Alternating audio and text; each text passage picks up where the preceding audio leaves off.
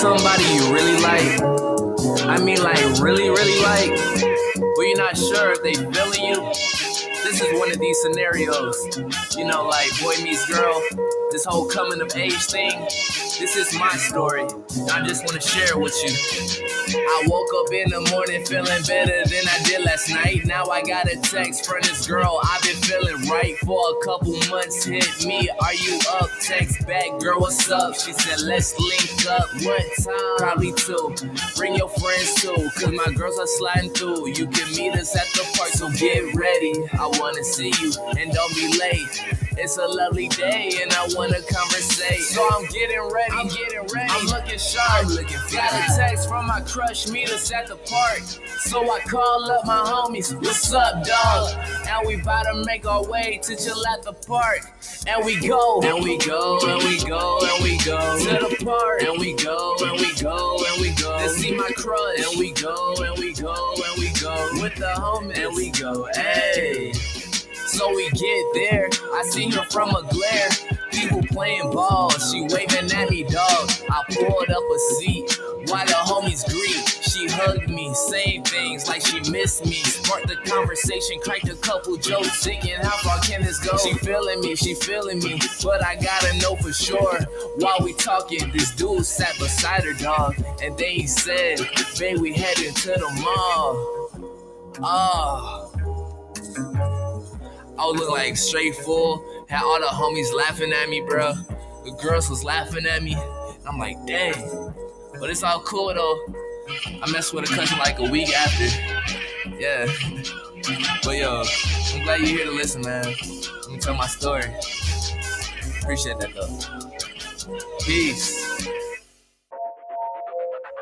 Hey, had to get it now, yeah, that's a game plan. Yeah. We did it on our own, didn't need no helping hand. Hey. Touchdown on the foe, so I won the game, man. Yeah. King Tito, baby, and I'm from the A, man. Hey. Had to get it now, yeah, that's a game plan. Yeah. We did it on our own, didn't need no helping hand. Touchdown on them foes, so I won the game, man. Yeah. King Tito, baby, and I'm from the A, man. Hey. Switch it up, Atlanta where I'm heating up. Yeah, I gotta get it, it's a must. At your function, posted up with my partners.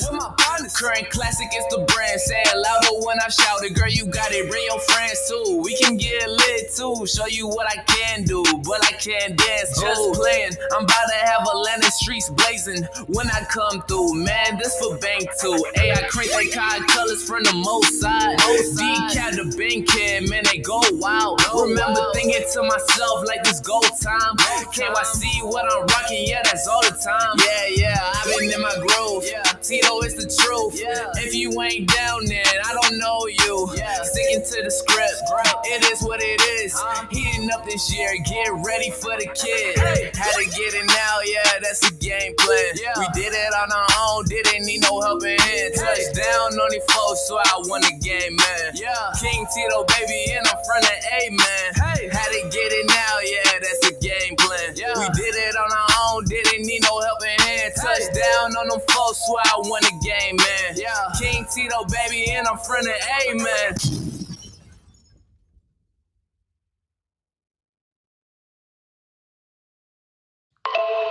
I think truth plays a big part in growth. Because, I mean, a lot of people prefer fantasy over reality. I just want the truth. I want to live in a reality because at the end of the day, that's what we're living in. So, you don't have to spare my feelings or anything like that. I've always been the type of person that preferred the truth over a lie. I want the truth. No matter how people may feel, I want the truth. I know what it is, I want the truth. And you can keep living along with your life. I want the truth. Who cares what the people are saying? I want the truth. Every night and every day, I want the truth. And you can keep living along with your life. Give me the truth. Don't wanna hear it if it ain't the truth. Stop living in fear and give me the truth. And you can keep living your life a whole lie. I want the truth. I'm not afraid, I want the truth. Cause I'm feeling played, I want the truth. And you can continue living your life a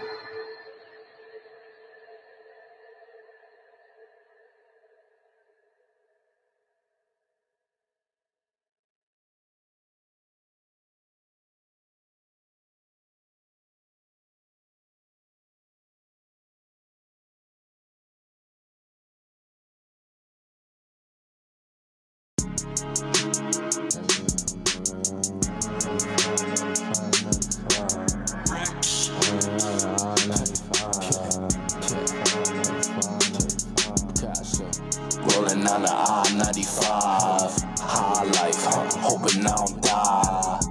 Living my life too fast. I'm alone in this bitch. I do the dash.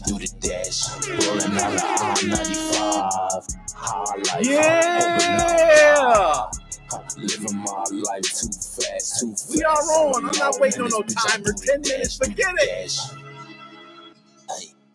Factor, you niggas act. You see the background, man. Oh, I got my cash up out of this world like I'm NASA. Brand new vehicle, faster.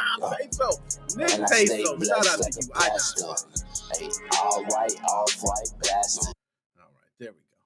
Everybody can hear okay? We good? Bam! We are in. I just had to go ahead and start early. I'm going to check all sounds on that. Hold up. Okay, we good. Sounds good. Everything's working. We don't need to talk too much. Okay, I'm going to get my caption up. We're going to start off nice and sweet. What is going on? Yes, it's your boy, Nick Moses 05, MoFam. We are in here. Another amazing episode. Let me turn this down. This shit is way too loud. Man, I'm already swearing. Dang, messing up the algorithm. Okay, there we go. That's a lot better. How is everybody doing? Thank you for tuning in. Really appreciate it. Yeah, we do got a lot to talk about. But I first want to thank you for tuning in. I want to thank everybody. Shout out to those on YouTube. Okay, my YouTube family. We growing. Okay, Facebook family. Shout out to y'all. Facebook family, share out that content. Do your thing. Okay, Facebook family, thank you. We have been growing too. Thank you, Facebook family. But we got something serious to talk about. And now I'm just going to go ahead and crack my drink early. Because, yeah, we've been over this so many times. I just think I might as well start this one off with a drink. It's actually pretty good, but doesn't taste any bit. I don't even think I would get a little bit wasted. I got something else here, okay? Just in case. But you guys see it. Let's talk about it. Let's get to it. I don't want to hesitate on the time because I'm already late, okay? Yes, it is true. You guys see it? And you know I had to talk about it as I cover all Team Executor news. My dogs to the end, regardless of what everybody else says. The U.S. government is coming for my man Gary Bowser. They coming. We already know how they was coming down, but they want 5 years. They going to the judge and saying, hey, judge, look what we laid down in front of you. Bow! How could you not give him 5 years? Put Gary Bowser away. Case closed. But that ain't how I feel, okay? Now, my man Gary Bowser has already pleaded guilty, I believe, okay? So he plead out. Now, I don't think, they want 5 years. Who knows? I don't know how that's going to go. I hope my man does not have to do 5, and if he does, he'll probably get off, 2.5, good behavior, okay? But we don't want to have to see it And some might. I'm going to tell you why some might want to see it. And this is where I get caught up in it. People don't really give a damn about how Nick feels about it because Nick is already on Team Executor's side. Nick is in Team Executor's pocket. That ain't it. Okay, never has been. I've never worked with them. Okay, I ain't signed no contracts. I ain't getting no money from Team Executor, okay? I was showing love on a product, which, by the way, the mod chip, a lot of people would not have been able to see if it was not for Team Executor. So we got to give some props, okay? A little bit, just a little bit. All right? But my man Gary Bowser, they want to sentence him to 5 years. There's multiple counts. I think it's conspiracy to circumvent devices or something else. We'll go over the paperwork, okay? But before the paperwork, I have to give my spiel on why I believe this is unfair treatment for my man Gary Bowser. And you know what? Drop a bomb for my damn self. Couple shotgun shots. Before I get into it, let's get to the chat. My man Alchemy, I seen you put first. Alchemy, you was close. My dogs. Let me give you 3 shotgun shots. Shane, all the way from Australia. We giving you the jumps and all that, Shane. Get everything. Okay, Facebook page. Thank you. Chris, my man Chris, you was hitting me up earlier. I seen you. I was trying to get things together. My phone was buzzing. You must be my manager. Okay. Joe, my man Joe, hardest working man in show business. Can you dig it? Sucker. Okay. Hardest working man in show business. Joe, shout out to you. At least the time he has been in jail will be deducted from his sentence. Pretty sure anyhow. Thank you for that, Alchemy. We're going to cover that. We're going to get to that. Damn, Alchemy on Twitch too. Yo, Dr. Specimen, why you snitching? Snitching. Don't be snitching. Don't be telling on him. No, I'm joking with you, Specimen. My dog. That's my dog. Okay. He'll do 60. Such an asshole remark. I love it.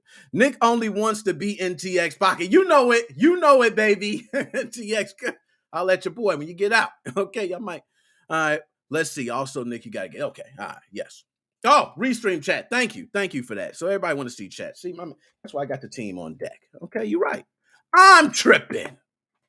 Dead Specimen, thank you. That's why I started early. That's what threw me off. Started the whole thing. Look, chat's popping up. Bam. Now as you guys start typing in, you can see the chats there. Go ahead and start typing your ass away. I don't care about no damn algorithm today. I actually was going to care. Okay, but I don't give a shit. Okay, don't give a shit about the algorithm. Y'all gonna get a fire show, and I don't care if I get a damn dime for any of it. Don't you love it?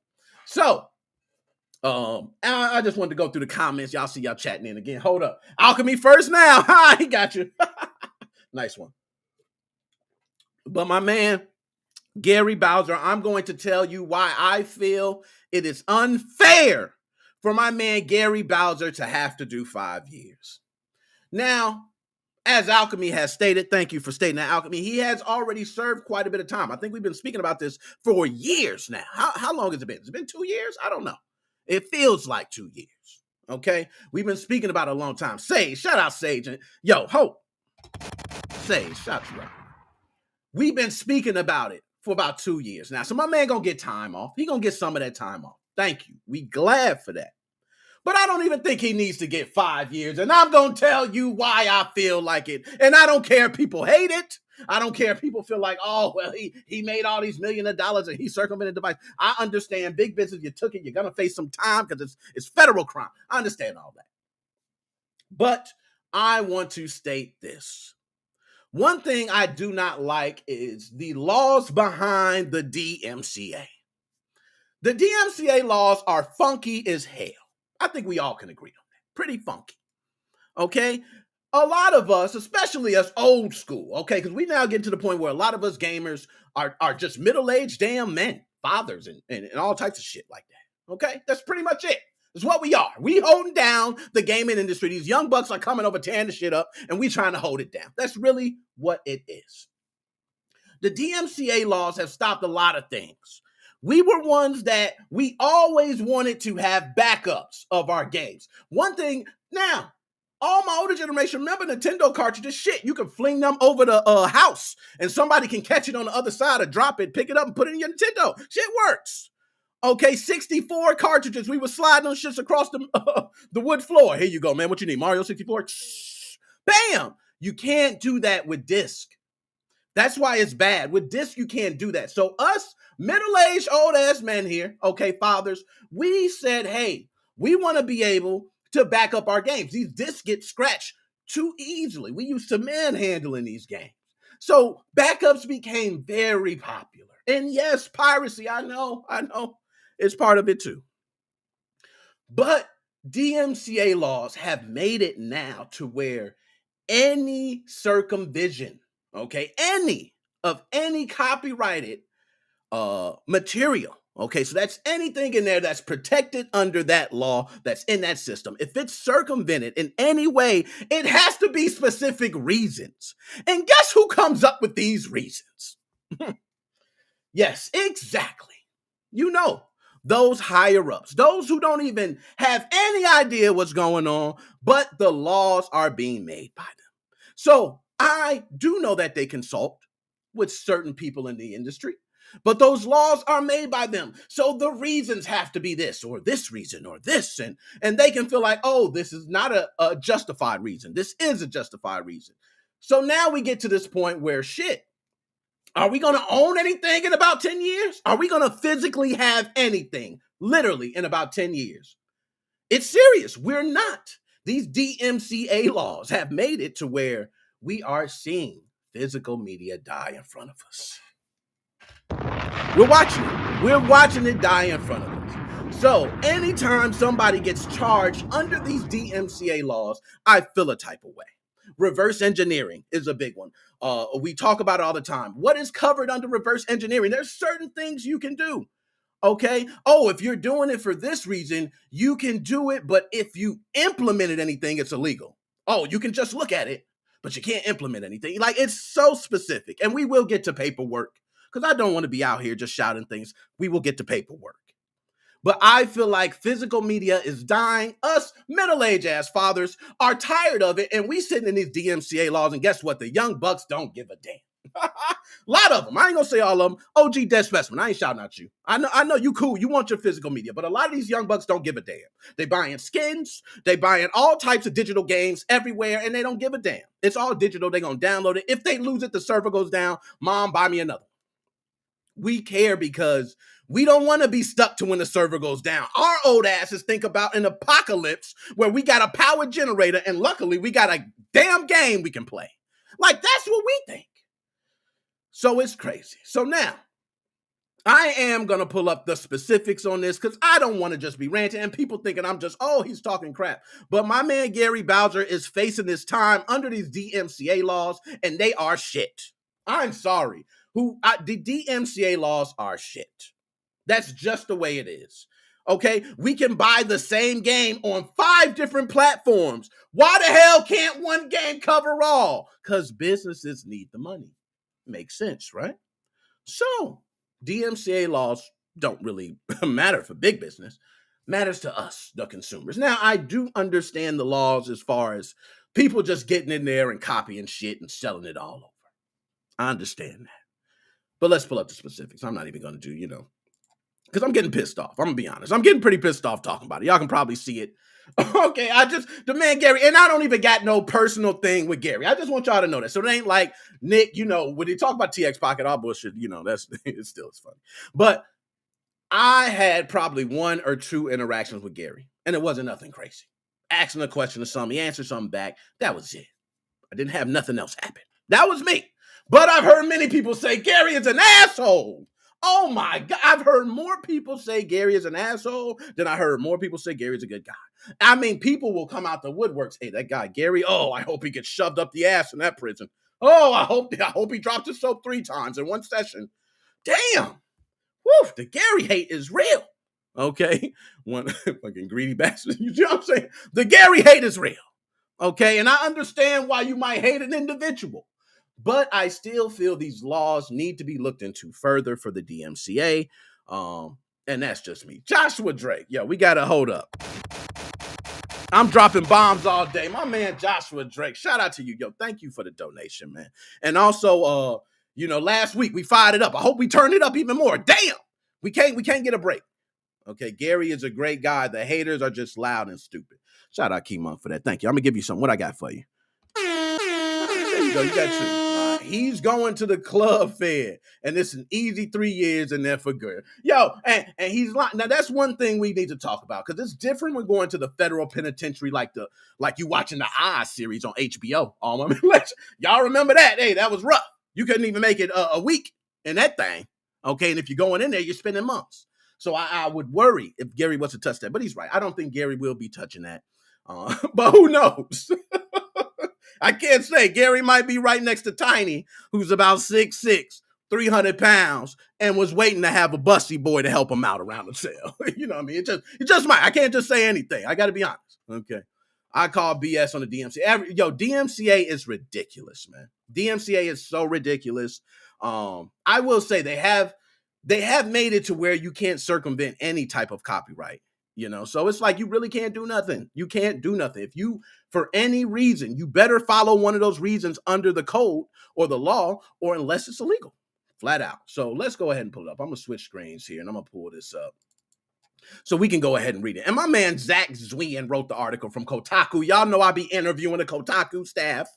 Okay, y'all know I do it, but Zach, I haven't interviewed Zach yet, but let's go ahead and pull it up on screen. Let's U.S. Now, many different articles. By the way, swagger sweater.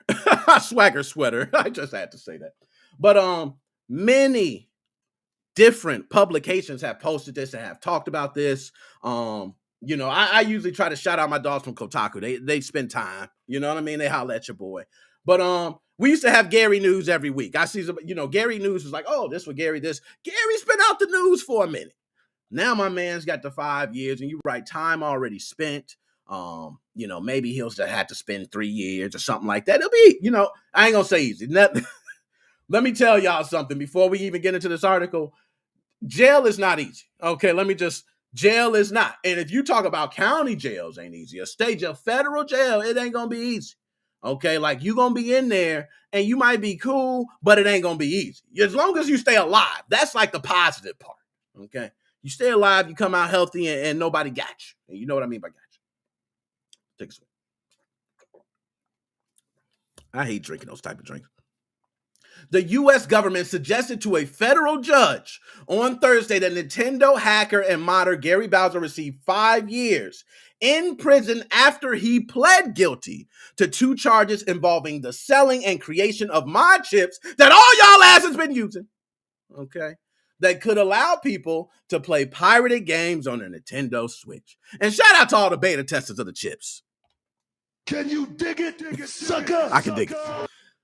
As spotted by Eurogamer, new court documents filed yesterday show that prosecution detail the recommended prison sentence, so it's recommended, okay, arguing that Bowser is the public face of Team Executor.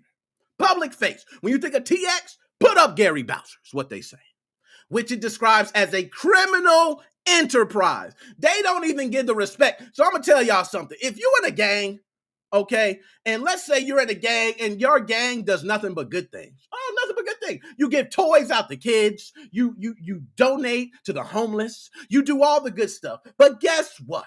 One person does something bad, and I guarantee you will be called a criminal organization. That's just the way it goes. All those good events you were doing were really covered for the one guy. That's how it works. So you better, cover your ass.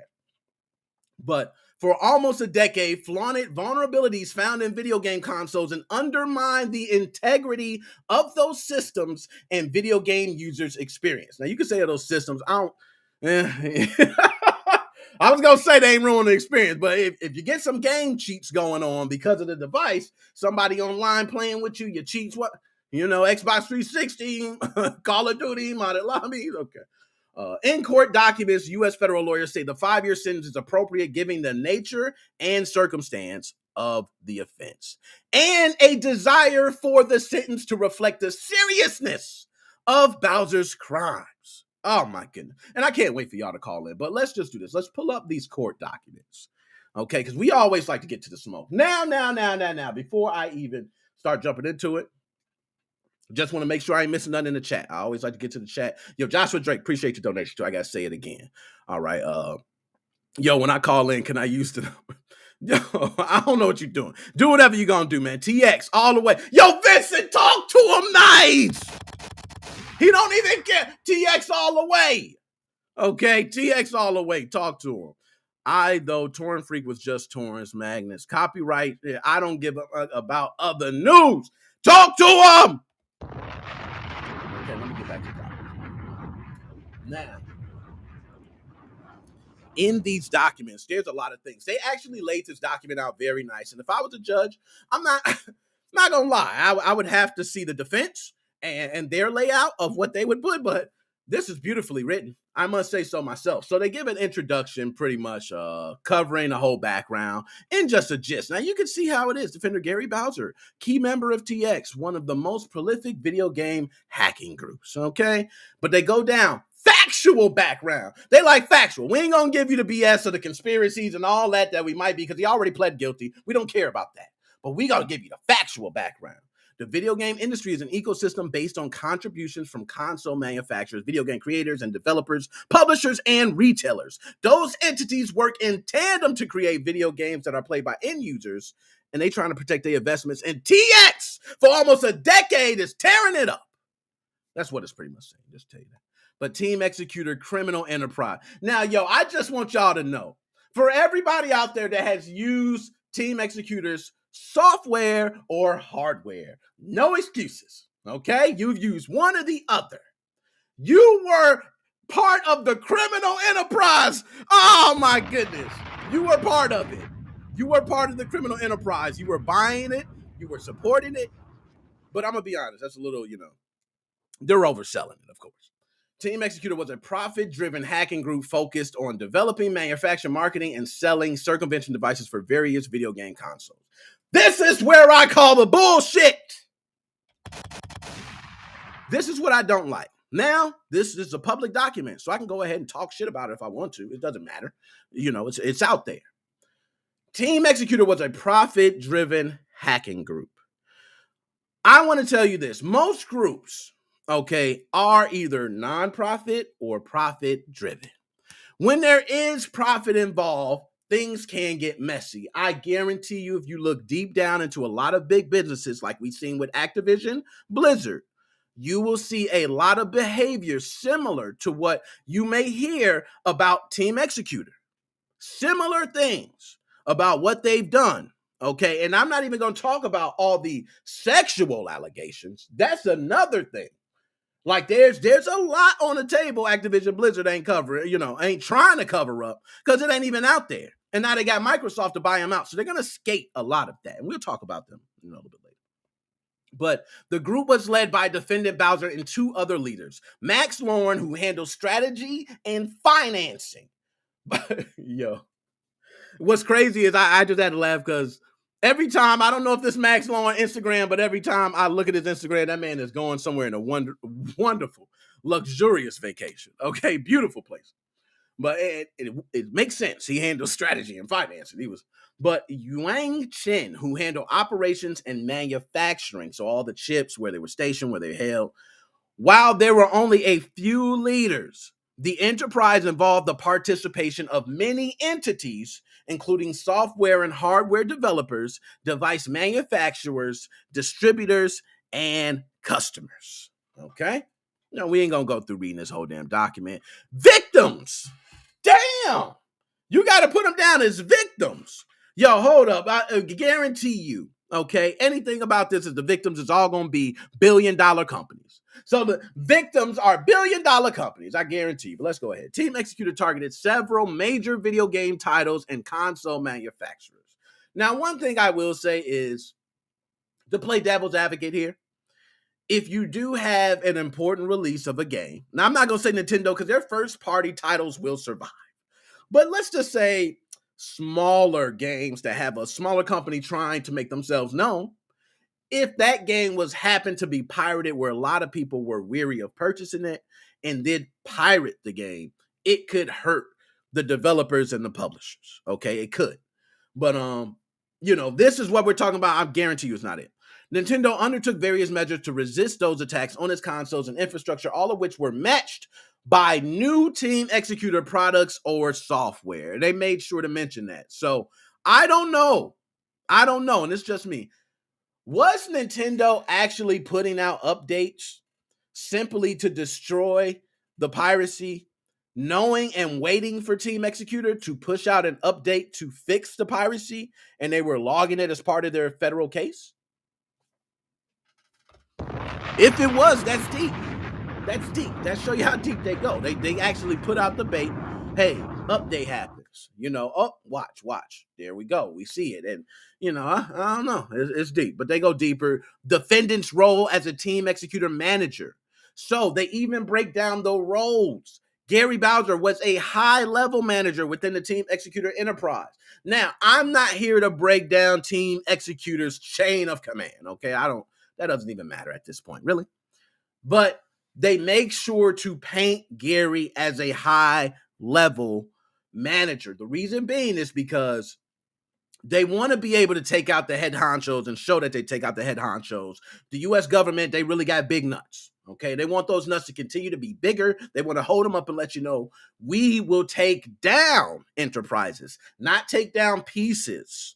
They want to single-handedly take down enterprises. Trust me, there are some guys in the U.S. government right now bragging that they took down Team Executor.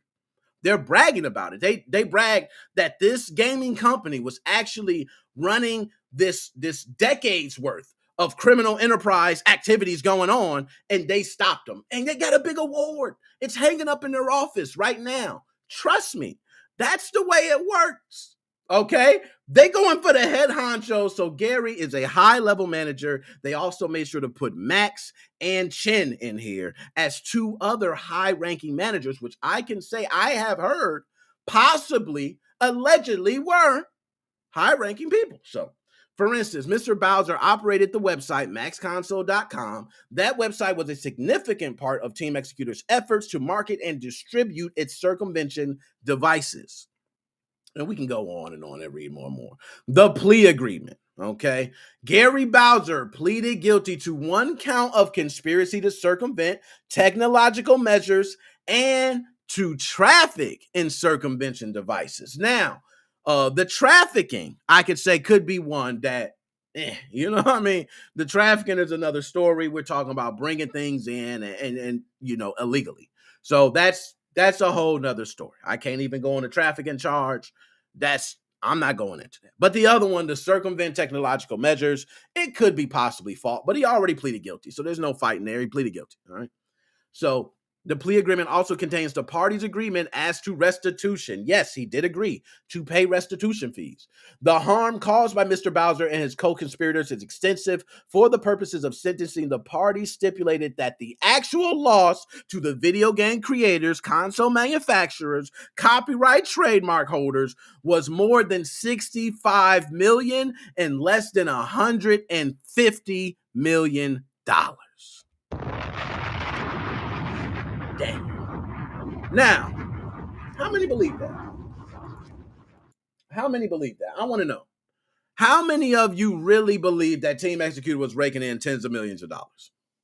I want to hear that. How many of y'all think that Team Executor was raking in tens of millions of dollars? Okay. Tens of millions. I want to see some in the chat because I don't think that. I don't think they were raking in tens of millions of dollars. I don't see it.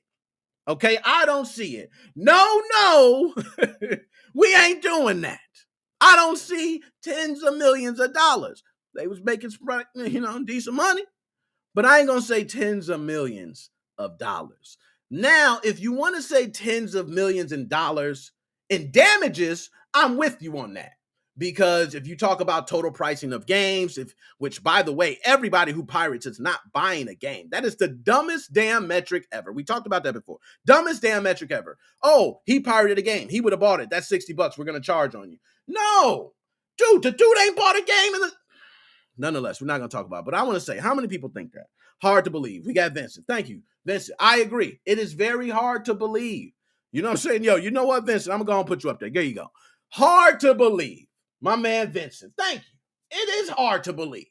I don't think they were making tens of millions. How much was a chip when it came out? I want to say chip was like $50, something like that. I had one. Okay? I had one. Now, you know what? It might have been a little more. I don't know. Was it like $50, 55? Don't matter what. Let's say $60, right? $60. You know how many You have to sell for tens of millions? Now, I don't know about anything else. Some people say there were servers that were put up that monthly fees were charged, that money was being made over there. I've heard it, okay? I don't know about that. I can't vouch to whether they had some outside business going on, some other dealings going on. I can't vouch for that, but what I can say is that I just can't see them making tens of millions. But when it's painted to the judge, look, man, these people making tens of millions of dollars on the backs of the American, the Australian people out there. You out there in the UK, you out there in China, you out there, it don't matter. They taking money from the world. And that's a hard case to beat. That's a hard case to beat. So we gonna wrap that. I got a lot to talk about. We got so much, but this is one I had to just get off my chest. Okay, I had to. Vincent, I agree though. It's hard to believe. Very hard to believe. Okay, so man, that drink, it's so sweet. I just hate those sweet ass drinks. So, sentencing recommendation. The United States recommends 60 months of imprisonment for count 1 and 60 months of imprisonment for count 2 to be served concurrently. As discussed below, the United States submits that while this sentence is greater than the sentence recommended by the probation office, it is the right sentence for the significant use. Okay, the significant case. That's savage. As discussed below, the United States submits that while the sentence is greater than the sentence recommended by the probation office, so the probation office recommended, okay, a sentence lower than that. They said, we don't think that sentence is needed. The probation office, they said, no bet, okay? We don't care. We believe this is the right sentence based on the circumstances. Savage. 60-month sentence is appropriate given the nature and circumstances of the offense, the history, characteristics of the defendant, and the need for the sentence to reflect seriousness of the offense. Nature and circumstances. Like, I'm getting so pissed. I'm about to tell y'all some facts real quick, but let me just get off this. Team Executor Products targeted several companies over the course of almost 10 years, resulting in tens of millions of dollars of loss. Okay, I'm with that. I'm gonna shut up. I'm gonna shut up. Let me pull it back up. I'm shut up. All right. I might tens of millions of loss. Hey, if they count everybody pirating the game, we might be right. Okay, we might be right. But I'm gonna say this, and this is why I kind of in a way defend Gary Bowser. Not as a way like I know Gary, like Gary's my dog, and I defend him. I defend him from these DMCA laws. There was a case, and I'm very fuzzy on the specifics, but you guys can look it up. I'm sure you'll find it. There was a case back around 2001, 2002, and it was a case where I believe it was the United States government actually arrested a gentleman from Russia, okay? He had a software called FCOM, it was like FCOM something or something like that, but moral of the story is, it was a software that was an ebook reader, but it was in competition to Adobe. This guy came over here to show a presentation of his software. So he came from Russia, he came to the United States to show a presentation of his software. After the presentation, he was arrested, okay? Arrested by the United States government for the DMCA laws. I think the same thing. It was circumvention of copyrighted device, something along those lines. So he gets arrested. He's sitting here wondering why, and actually it was Adobe that stated that he circumvented their software and that it was done illegally. But the reason he circumvented that software was for a security reason. He circumvented that software to see how Adobe software worked security-wise. He's seen the vulnerabilities in Adobe software and then applied that to his own PowerPoint presentation for his software. Smart-ass gentleman. Smart. Damn brilliant. That's what you do. Okay, if you walk up to a store and I can hack into your damn internet, and if I can show you the vulnerabilities, how the hell are you going to arrest me? How are you going to arrest me? I'm the dude that hacked into your shit and told you. So he does this as a presentation. And guess what happens? Moral of the story, he got off all counts. He was locked up. It's still a big case with the DMCA that they feel like it failed. So the DMCA is not good. It's not perfect. It's not great. It sucks. Okay? That's what I'm trying to get everyone to understand. So as far as Gary Bowser being, okay, let's say trafficking devices, you want to give him, hey, do what you do. But the circumvention, we need to have some more straightforward guidelines to this. Okay, and I'm actually going to pull up. I'm going to take you a step further. I'm sure I could probably pull up right now what exactly by law is the reasons of why you need to. Hold up. I think I already got it. Let's see. Oh, hold up. Okay. Permission of rights holder, enabling interoperability with copyrighted software, encryption research, security testing, disabling access to private information, circumvention only. That's it. Okay? Don't touch nothing. Circumvent only. National security or law enforcement, so they can do whatever the hell they want. Library acquisition decisions, circumvention only, and acts prescribed by regulation. That's it. Any other reasons not covered. You're going to jail, federal crime, bow, bow, bow. It's done. And I don't feel that way. So I've been wanting to stand strong on those DMCA laws, and I'll continue to do that. I don't like them. I think they've sucked since day one. I think they suck since I put in a CD that I was listening to, and next thing you know, I ain't even gonna get into it. Let's just go on, because I'm about to get pissed. I'm about to get pissed. Okay, but anyways, let me make sure I ain't missing nothing in the chat before we go on. Tens of millions if you include all the shit Gary was involved with. Yeah, sure, but not SX on its own. And see, you're right. You're right, Dead Special. That's what I said. I don't want to include anything else that some individuals might have going on outside of the umbrella. Because whatever might be going on, like I said, you can have a non-profit organization. Y'all help everyone. Oh, every Christmas we give out all the presents. Thanksgiving, we give out turkeys. But guess what? One dude does something wrong.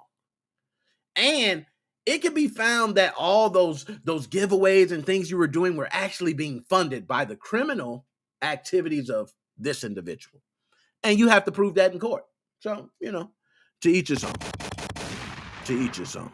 Now, we will have to move on, because I could be on this all day, but I don't want to miss none on the chat, okay? Atmosphere has probably caused more damage. You can so basically the same shit with it for free. Atmosphere, why are they off the hook? I hear you, Death Specimen, but we got to be honest, man. One thing I will say about Atmosphere. When this whole entire thing started, I remember people telling me, why are you going to pay to use a license for SXOS when Atmosphere is going to be free? I remember that. I remember when Atmosphere was first released. It didn't have all the features and these robust features that it has now and things added onto it. SXOS was the king, the captain. It was standing on top. I remember Atmosphere was far behind. So now, guess what? If you put on the front page paper, we caught Sires or Atmosphere, you're not going to ring any bells. You're not going to toot any horns. Nobody's going to go, yay. You come back to the office or where you worked at as a U.S. Marshal, they're not going to be like, hey, good job, you caught Sires. You know what I mean? No, they're not. This dude goes public on Twitch and actually shows exactly what he's doing. Okay, I'm sure those laws I just read through, I'm sure he probably already knows them. Okay, and I'm sure they know he knows them. So I don't think so there. But Team Executor has been a name we know has been around since the original Xbox, man. I remember seeing those. Was it a Matrix? I'm not sure the Matrix. It might have been someone else. But they had a specific chip. Forgot what it was called. Bomb chip. Bomb chip. Okay, I remember using Cool Runners. Cool Runners, bomb chips, bomb chips. I remember using SX cores, SX lights, bomb chips, bomb chips. Okay, I don't care what nobody say, but shout out to y'all, Team XQ, to hopefully get through it. Now let's go ahead and make sure. Yo, I can't put that up, Dr. Specimen, but I feel you. F the DMCA. Now, Key Monk, we're gonna go ahead and put up the circumvention laws are from before the age of information and back when manufacturers also included a service manual with their products. Yo, my man. Drop a bomb for you, man. I had to stop it all. Drop a bomb. Yo, I couldn't have said it better myself. You got it. I couldn't have said it better myself. And you know how laws go. We still got crazy laws into effect. I'm sure there's some state in the United States of America where you can beat your wife with a stick as long as it's under 7.5, inches long and it doesn't have a pointy tip. You can whack her to hell. They got stupid laws like that. Okay. But I'm not saying it's real, but it's crazy laws still out there that are in effect that were older laws that have not been touched. So I'm with you on that. Key Monk, well said. I can't say that better myself. Is that the minimum? Can it drop to lower for good behavior? It's funny you said that. And, the probation office said that they recommended something that was lower than 60 months. That's what they said, the probation office. No. Okay. No. United States government said we ain't having that, bro. That man need to serve 60 damn months for what he did, because what he's been doing has been going on for decades, and we feel like this fits the crime. Bow! Take him to the back with Tiny, 6'6", 300. Let him work him. And that's how they feel. Gary, I hope the best for you, man. I hope nothing else, comes of it. But look, and they're definitely not talking about just the mod chips. Couple. Can you dig it? He said it best. Sucker. They definitely not talking about just the mod chips, man. They're not.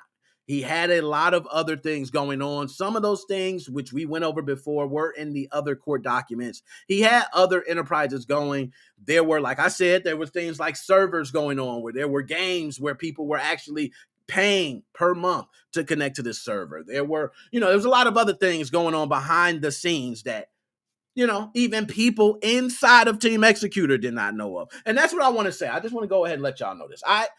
I believe, let's say this goes for everything, whether you're a Crip, Blood, a Team Executor member, or a police officer, right? If you are in an organization and you have a bad apple, people consider the bunch bad.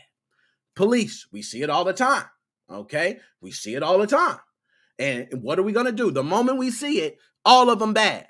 Crip or Blood, all of them bad. Team Executor. Can we say, are there members of Team Executor? Yes, we know they're members of Team Executor who legit chilling. Hey, what the hell? Oh, hey, delete my account. Get the hell out of here. Log out. They bullshit. Like, yes, there's plenty of them. Okay, plenty of them. Because these things from the higher ups, do you think if I work for a company, my CEO is coming down to my desk and saying, hey, Nick, this is the plan we got going for 2022. Buckle up. I'm going to take you for a ride. Get on my jet. No, the CEO don't want to walk by me. He might smell me and, oh gosh, peasant. Who knows? We don't know. Okay, we don't know. So I just had to say that. So, y'all killing in the chat. Yo, it's a crucifixion. Not what I meant. I meant TX made more chips for Microsoft consoles than anything. Oh, man. Yo, I ain't gonna lie. I probably myself, and we are way past anything, so I don't care about any statute limit to anything. I probably bought well over 30 chips myself, easily. Like, I was installing chips left and right. Hey, which one you want? Oh man, you got the slim? Easy. I got the chip right here. Now, you want your firmware? Man, I got the board right here. I got my what? I got the X360 USB version 2, kid. Let me hook you up. I had it all. I was banging them out, so I can't even lie to you. I will agree on that. Those mod chips. If I bought 30 and I was just wanging them out myself, it's little old me, I can imagine somebody else as a major shop cranking in and out. Okay. Yo, look. Hey, he's right. Yo, I want to tell y'all something, man. Yo, y'all killing it. We supposed to move on, but we dropping knowledge. Y'all get knowledge today. My man, Microsoft didn't even fight. They just made the next console right. Nintendo's think they can just pick it up for them. Oh, my God. Let me tell you why my man dropping some knowledge. Yo, I'm going to tell you why he dropping knowledge. Microsoft didn't even fight it. If y'all knew what I knew, when I got into modifying systems, okay, I started around the Xbox 360 era. Okay, and I ain't gonna say started because my first modification was a S-Box for the PlayStation 2. That was literally my first mod chip I put in. I bought a golden finger for a PlayStation 1. I don't consider that a mod. It's a piece you slap in the back. Bam. I don't consider my Game Genies a mod. You slap it on. I mean, you have to get in there, put a damn mod chip in there, and do some soldering. That's what I call work. So I remember having an S-Box for the PlayStation 2 being my first one. But Xbox 360, I remember when I first was told about that, I had somebody tell me to watch a security video. Do you know every single loophole that was accessed in the original Xbox was blocked in the 360? Totally blocked. Okay, you was able to modify from the controller port. You could put a memory card, like memory card.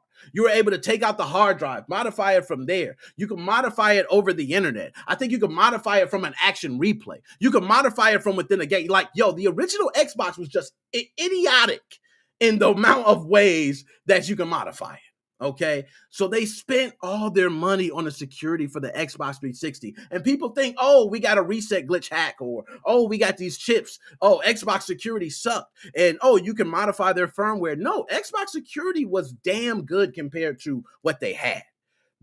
And look at them now. It is beautiful. So we cannot hate on the direction Xbox go. And I agree. They didn't fight it. They just said we have to up our security, and they upped their security, and now they want to go to a whole damn metaverse. They don't even want you. They want you to just, hey, give me your money, step into the door, holler at you. You know what I mean? That's all they want. Okay, so way to put it. Every week or two, Nintendo would send a request to Google with a huge list of TX site URLs to remove from search results. 90% of them were Xbox related. Y'all getting facts. And yo, just so y'all know, I've heard it multiple times. People say, yo, why are you going to Google to search? Trust me, go to DuckDuckGo. Okay? Go to DuckDuckGo. Do not go to Google. Google's scrubbing all that. They taking down stuff. You ain't finding it. Yeah, go ahead and hit your VPN and go to Google, Brazil or Google Russia, wherever. You know what I mean?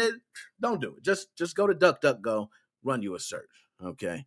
Don't need your mom. Oh my gosh. Hey, the mom jokes is going real. DuckDuckGo gang. Look at that. That's what I said. You got to go DuckDuckGo, man. That's the way to go. Just scrub out Google and don't even do it. Now, let's go ahead. We got to move on because I was supposed to move on. This one's going to be nice and easy. Wow, y'all. Because look, I knew this is why I knew this is going to be a good damn day. Like every single subject today is on fire. So let's go ahead and change the caption. Let's get it right. No, I am not joking. I am not playing. This is not for play, as some of the kids say, the young kids.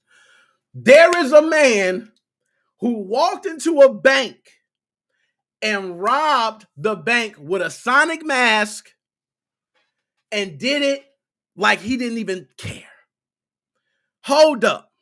We got to do a couple things. I don't think y'all hear me. Let me rewind that back because I know y'all not hearing me. The guy robbed a bank with a Sonic the Hedgehog mask.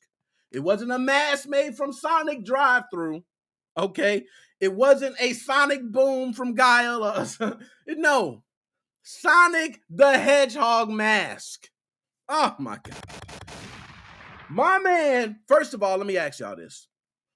When you buy something, to think of any crime, anybody, you don't have to be a criminal to think about that. I don't fly helicopters, but if I see a helicopter in the tree, I'm going to say the pilot sucked. I don't have to be a specialist or to fly helicopters to see you failed. Okay? Like, so some things we can be realistic on. I'm not a criminal. I'm not robbing banks. But my ass even knows if I'm going to buy a mask, just buy a mask to get the job done. You know what? The mask worked. You can't tell who that is. I don't know who it is, man. Oh, God, man, I hate to say it, y'all. The Sonic the Hedgehog mask worked. Is it just me? I don't even know if that's a male or a female. That's just image. We're going to look at more images. I can't tell if that's a male or a female behind me. Go ahead, take a look. The Sonic the Hedgehog mask looked like Sonic the Hedgehog before they changed how he looked in the movie. You remember the terrible look? Definitely. Look at that mask. It's flabby, but it works. Covered up everything. But the story gets worse. So I actually want to give you guys just a quick rundown of what's going down, and I'll go ahead and pull up the article. Guy walks into a bank. He comes in there with a Sonic mask to rob the bank. They look. Oh my God. And the guy scurries away with nothing. And you think, what the hell happened in between, Nick? That is why we're going to pull up the article right now. And believe me, it gets better. It gets way better when I read it. That's why I can. I'm reading this directly from the police department. I ain't going to no Kotaku. I'm reading this from the police department. Pull it up. Armed robbery. Armed robbery. Yes, the Dillon, Florida Police Department has put it directly on their website. I ain't going to Kotaku, Eurogamer, or wherever else. I might pull up an article later, but I don't need to do that. I'm going to where the source is. The police put up the article. On Wednesday at approximately 16:23 hours, officers from Dillon Police Department were dispatched to Florida Credit Union. Shout out to Florida Credit Union. I hope y'all get over this. In reference to an armed robbery in progress, when officers arrived on the scene, contact was made with witnesses who stated that the subject believed to be male. They don't even know. The Sonic mask was so damn good. It was so good. They don't even know, but his voice sounded male. Okay. Wearing a Sonic the Hedgehog mask, entered the bank displaying a hammer and demanding money from the teller. He had a hammer. Now, for all my people out there, just work with me for a second. I'm going to put y'all to the side. Let me talk to the family I grew up with. Because where I'm from, we call it hammer, a banger, a burner, a biscuit, all that stuff. Okay? No. He had a real damn hammer. Can you dig it, sucker? He had a real hammer. He came to rob a bank with a real hammer. Yo, I'm sorry. I ain't gonna lie. If I'm squaring up with a dude with a hammer, I might be a little, But if I'm behind something, I don't care. Oh, my God. While demanding cash from the teller, the suspect struck the teller's window with the hammer as he continued with his demands. Bang! Give me my money, bitch. Bang! Bitch, go get my money. Bang! Okay? He's screaming. Now, after being confronted by another bank employee, the suspect fled the location on foot, traveling towards the west side of the building and then north of Woodland Boulevard. Now, do you know who the other bank employee was? I'm sure. Another dude dude, man, get the hell out of here, man. Yo, man, I'll come over there, man. Hey. And dude, he turned around and fled. Nobody's scared of a dude with a hammer and a Sonic mask. Get you a skull mask. Get Get you a Ghost Rider. Get you somebody, man. Deadpool. Anybody that got any type of look, Sonic the Hedgehog, kids would have walked up to you. If you were robbing the bank, kids would have walked up to you. They would have said, oh, hey, sir. Get that off me, kid. Bang, bang. You could have, I'm saying. So, the suspect was last observed wearing a black hoodie, black pants, carrying a black or gray backpack or duffel bag, and a mask resembling Sonic the Hedgehog. Dillon Police, Volusia Sheriff's Office, and Air One participated in a search for the subject. Negative results. Negative results. An arrest has not yet been made, and this incident is currently under investigation. So if anybody out there in Florida tuning in, I also share this content across multiple social platforms. If you see this and you know this Sonic the Hedgehog guy, call. Get you some money. Hell, I don't care. I'm not the police department. That ain't my money, but you know, I got some info. What you want? You know what I mean? Like, hey, but you could get this. You need to help somebody out. The man, now, he didn't run off with any money. He didn't take anything, but he came in and banged the hammer. And we need to make sure, because I'm a good taxpaying citizen. Okay, I don't deal with the bullshit anymore. I'm done with it. Okay, so we need to get this guy behind bars. Get his ass locked up. Okay, shit, acting a damn fool with a Sonic mask. But the disguise worked. Damn. Oh, my goodness. Now we're going to see Magnus worked with a question. Yo, he didn't get caught. They don't even know if it's a male or female. They didn't even say if they were white or black or Asian or anything. They didn't say nothing. The Sonic mask will make sure you can't be seen. From now on, I guarantee you guys, you will see more Sonic masks. And it may not be Sonic. It might be Knuckles. Okay, it might be Tails. This thing is starting to roll. Okay, because I'm feeling like this is the way to go. People don't take you as a big threat. And I also believe they're not looking into it. I'm going to be honest. We didn't get him. You know what I mean? It's a dude banging a hammer. And okay, we didn't get him. That's the way they feel. He didn't hurt anybody. He didn't take any money. Okay, so let me go to the chat because I always like to. He spent more time focusing on. Yo, my man, shout out Joe, man. My man spend more time. Okay, focus on the mask. Yo, I'm not gonna lie. When you go pick a mask, I've been to these Halloween shops and you see all the masks. If you're doing a robbery, do you go, yo, I ain't gonna lie, that Sonic mask will get the job done, kid. Shit, let me get two. Like, who does that? You know what I mean? But whoever it was has got away. They have not been caught. If you out there dealing Florida, you know what I mean? Go ahead, talk to us. You need to say something. Wow, my man Rob. But no lie, the funniest part of this story to me, you know what I mean? Because I don't wish anybody robbing anybody get hurt. So I don't even want to insinuate that shit. But the funniest part of the story is that the other employee come up and he ran. Yo, you know how that is. The other dude said, man, what the hell? You look at somebody and you look at their hand and it's a hammer. You're behind like some bulletproof glass. Okay, and this dude got a hammer. Dude, I pushed the button. The cops are coming. Go. Like, it's not even a go. You're standing here talking with me. Go. They're going to put you in jail. So he ran. Okay, the man's not caught. So that's really it. I'm not going to go too much. Yo, I feel bad, man, because I really wanted to give y'all a little bit more. You know what? Hell, let's do this for the hell of it. Facebook, what y'all got, man? I'm going to see what Facebook got. Let's pull it up. Let's see the chat. So, Facebook, my Facebook crew. Yo, anytime I talk to my Facebook crew, man, it's tripping because y'all a wild bunch. My YouTube bunch wild, Twitch wild. All y'all wild. Discord, oh my God. Woo. Y'all boys. Discord probably will. Them boys will get you in the Discord. You better watch out.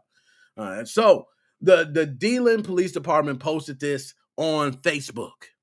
Let's just go to the comments because I love Facebook. Yo, Facebook, if you can, go ahead and you could share the content just because we want to have you guys be seen in these comments. So look, Sonic has turned to a life of crime. Josh Santos, that's beautiful. That had to be a distraction. Them shoes too nice to be trying to rob a bank with a hammer. You want to catch him, go stake out the local dumpsters for his hoodie. Edit. Interestingly enough, Amazon pulled the exact hoodie he is wearing from their online store. No sale record. Oh, didn't know that. Okay, so now we see more. So, now the shoes. Somebody said the shoes are so nice. Now, from me, I am a shoe guy.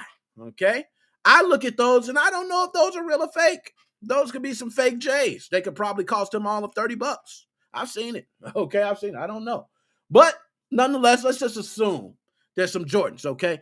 They didn't even say. I look at the guy's fingers, light. Okay, I can't really tell. Okay. I mean, I would have to say Caucasian dude. He got a Let's Go Brandon hoodie. Okay? He had Sonic the Hedgehog. I know that now, granted, I will say the Sonic the Hedgehog and the Let's Go Brand. Yo, what is going on with society today, man? Like, I don't know. It looked like he got a ring. Am I tripping? He got a ring on? Might be married? That's just me. This is what I'm getting from the picture. I don't see what they got. Let's see some of these. Okay, so this is a good picture. Bam. That mask is so horrible. Look at all the damn bumps in it. But oh my gosh, it worked. I can't even say it's horrible. It literally worked. Right above, I'm done. Okay, I'm done. Let's get back to the comments. Okay, so what is written on the front of the hoodie? Let's Go Brandon. That's actually something that's supposed to be to like Joe Biden or something like that. Hey, folks here are roasting Joe Biden right now. Okay, so I can definitely see people wearing that. Thought he could be like Sonic and get all that gold. People are crazy. With a damn hammer. That's what I'm saying. Sonic is fast. Good luck trying to catch him. Yo! Well said. I ain't gonna lie. What the hell y'all got in the water over there in Florida? Yo, Florida's always been crazy. You know that. Is that a gold ring on his middle finger? Antifa did it. Definitely sucks at it. What's up with all the crime? Okay, we out done. Yo, Dylan's tripped out. I don't know about all the damn crime. Anyways, that was all I wanted to go ahead and talk about. So for anyone that has any intentions on doing anything, you may see this and see the Sonic mask as being a good use. But this Sonic mask is hot. You go out there and wear a Sonic mask right now, your ass gonna get taken down. This Sonic mask is hot. Okay, so you might not even, matter of fact, the hoodie down, you might not find that Sonic mask anywhere else. Okay, so if you got it, hide it. Don't even wear it no more. Go get you a Tails or a Knuckles and do your thug dizzle. Okay, just not in my house. Right? So anyways, let's go ahead, make sure I ain't missing nothing at the chat. Too bad there was no gold rings. They might have went supersonic. Yo, supersonic, he would have banged up the whole place. You know what I'm saying? Tore that shit up. What's crazy is the mask selection worked, man. So that's all I gotta say. We're gonna go ahead. I ain't gonna hold up too much, but that mask selection was so nice. Oh, and of course, this is the one I ain't gonna get all too happy, but I'm sure a lot of you guys knew we had to talk about it. Okay, because it happened during the week. And yes, I cover game news. But man, this ain't a good one. It's a couple things, so we're gonna talk about it, and let's just cover it in quick detail, and then we'll go over the article and we'll talk some real shit. So we all know Sony bought Bungie. Yoo-hoo, aha. That was announced not that long ago. We'll talk into specifics. Okay, Sony was announced. I think it was the beginning of the week. Let's just say that Sony announced they purchased Bungie. Right. So if y'all already know, I'm a Microsoft fanboy. I'm a dude that just simply hates on Sony because I got to. I don't really got a choice. So I hate on them. Sony bought Bungie. I actually may say, Sony, this is actually a good move for you. I'm not even mad, Sony. You know what, Sony? I'm going to go ahead and give you, I messed up. But you can get that. I'm going to give you that because Bungie, okay? Like Bungie, Destiny. Okay, we talking about, hey, now just think about this. I want you guys to picture this. Microsoft actually, I believe they purchased Bungie, or Bungie was an acquisition of theirs at one point or something like that. And Bungie broke off and then got with Activision. They said, yo, we ain't messing with Microsoft. There's some thugs over there. Let's go over there to Activision. Let's get this thing right. Microsoft said, where you going? Where are you going? Come back. And they purchased Activision Blizzard. That's hilarious to me. And what happens? Bungie leaves to Sony. Yo, you can't make this shit up, man. You cannot make this up. Yes, Bungie has been purchased by Sony for $3.6 billion. Now, I want to talk my shit. So I'm going to go ahead first and just pull up and run through the article real quick. Sony has announced it will buy Destiny for $3.6 billion. The Destiny franchise and other future games from Bungie will remain multi-platform, the developer has said. Following the deal's completion, Bungie will be part of Sony Worldwide Studios, which can self-publish and reach players wherever they choose to play. We've had a strong partnership with Bungie since the inception of the Destiny franchise, and I couldn't be more thrilled. Officially welcome to the studio and the PlayStation family. Jim Ryan said, okay. Now, I could go into reading all this. I don't really care because I hate Sony, okay? It actually disgusts me to read this. But what I will go ahead and do is I will tell you that Sony still has more work to do, okay? I'm not letting you off the hook, Sony. That's not it, okay? That's not it. That's not it. You're not getting off the hook. Destiny 2 is nice, but Microsoft is still smoking that ass. They smoking that ass. Hot dogs on the stick, baby. Oh, that sounded so pause. Just forget that. Okay? Just drop it. But you know what I mean. Okay? It's just ridiculous. You thought Bungie was going to do it. It's not cutting it for you. It's not. But I will say, one thing I was impressed with is I did hear that there was actually more acquisitions to come. Can I find that? That was said somewhere. Okay, it was now. I'm looking down some articles, guys. Do you know 1.2 billion is being paid just to keep the developers around for Bungie? How could I not mention that? I got it right there in the title. You know what? Let's I can't forget that. Sony spending $1.2 billion to keep the devs from leaving. Damn. Devs, get your money. Go get your money, devs. I ain't never hating on the devs ever again. Devs been getting treated like shit for so long. Devs, go get your money. Sony, thank you for paying those devs. Now, guess what you're going to have? A good damn Destiny. You ain't going to have no terrible product. Because right now I'm a Call of Duty fan. And I can tell you them Call of Duty numbers is getting lower. Okay, I'm looking. Hey. Okay, getting lower. When Sony revealed its surprise $3.6 billion deal to buy Bungie, it was clear the PS5 manufacturer was paying a premium for the original creators of Halo and now Destiny 2. Now the company has revealed roughly a third of that price was just to keep the developers so they don't immediately leave the studio. So they still leaving. Get your money, devs. Approximately 1/3 of the $3.6 billion acquisition consideration consists primarily of deferred payments to employee shareholders conditional upon their continued employment and other retention incentives. Oh my goodness. And y'all might think that ain't nothing. That is major. That is something that I'm actually going to give Sony props. Okay. And y'all know I hate Sony. Okay, but I gotta say, Sony, that was some damn nuts you had on you right there. That was nice. I've been at a job where you get those bonus packages. Guess what these developers are about to get?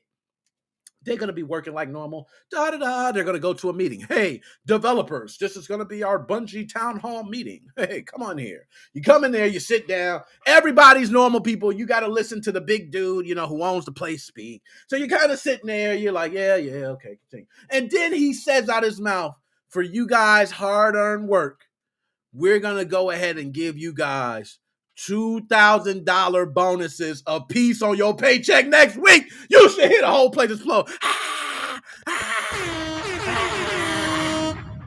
Goes crazy. I've been there. Then next thing you know, it's always some jackass, an asshole back at the desk who couldn't have a meeting, who hears the uproar. Okay, I couldn't make the meeting. What happened? We getting $2,000. No, we ain't. You lying.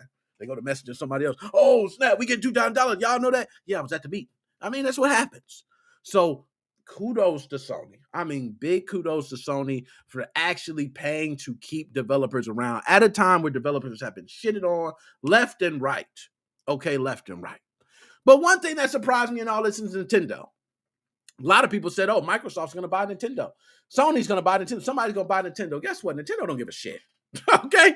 Nintendo don't care about nothing they got going on. Nintendo is not even looking to buy any acquisitions. Nintendo don't give a shit about none of that. Nintendo's going to be fine. The Nintendo Switch just outsold the Wii. What are we talking about? They don't care.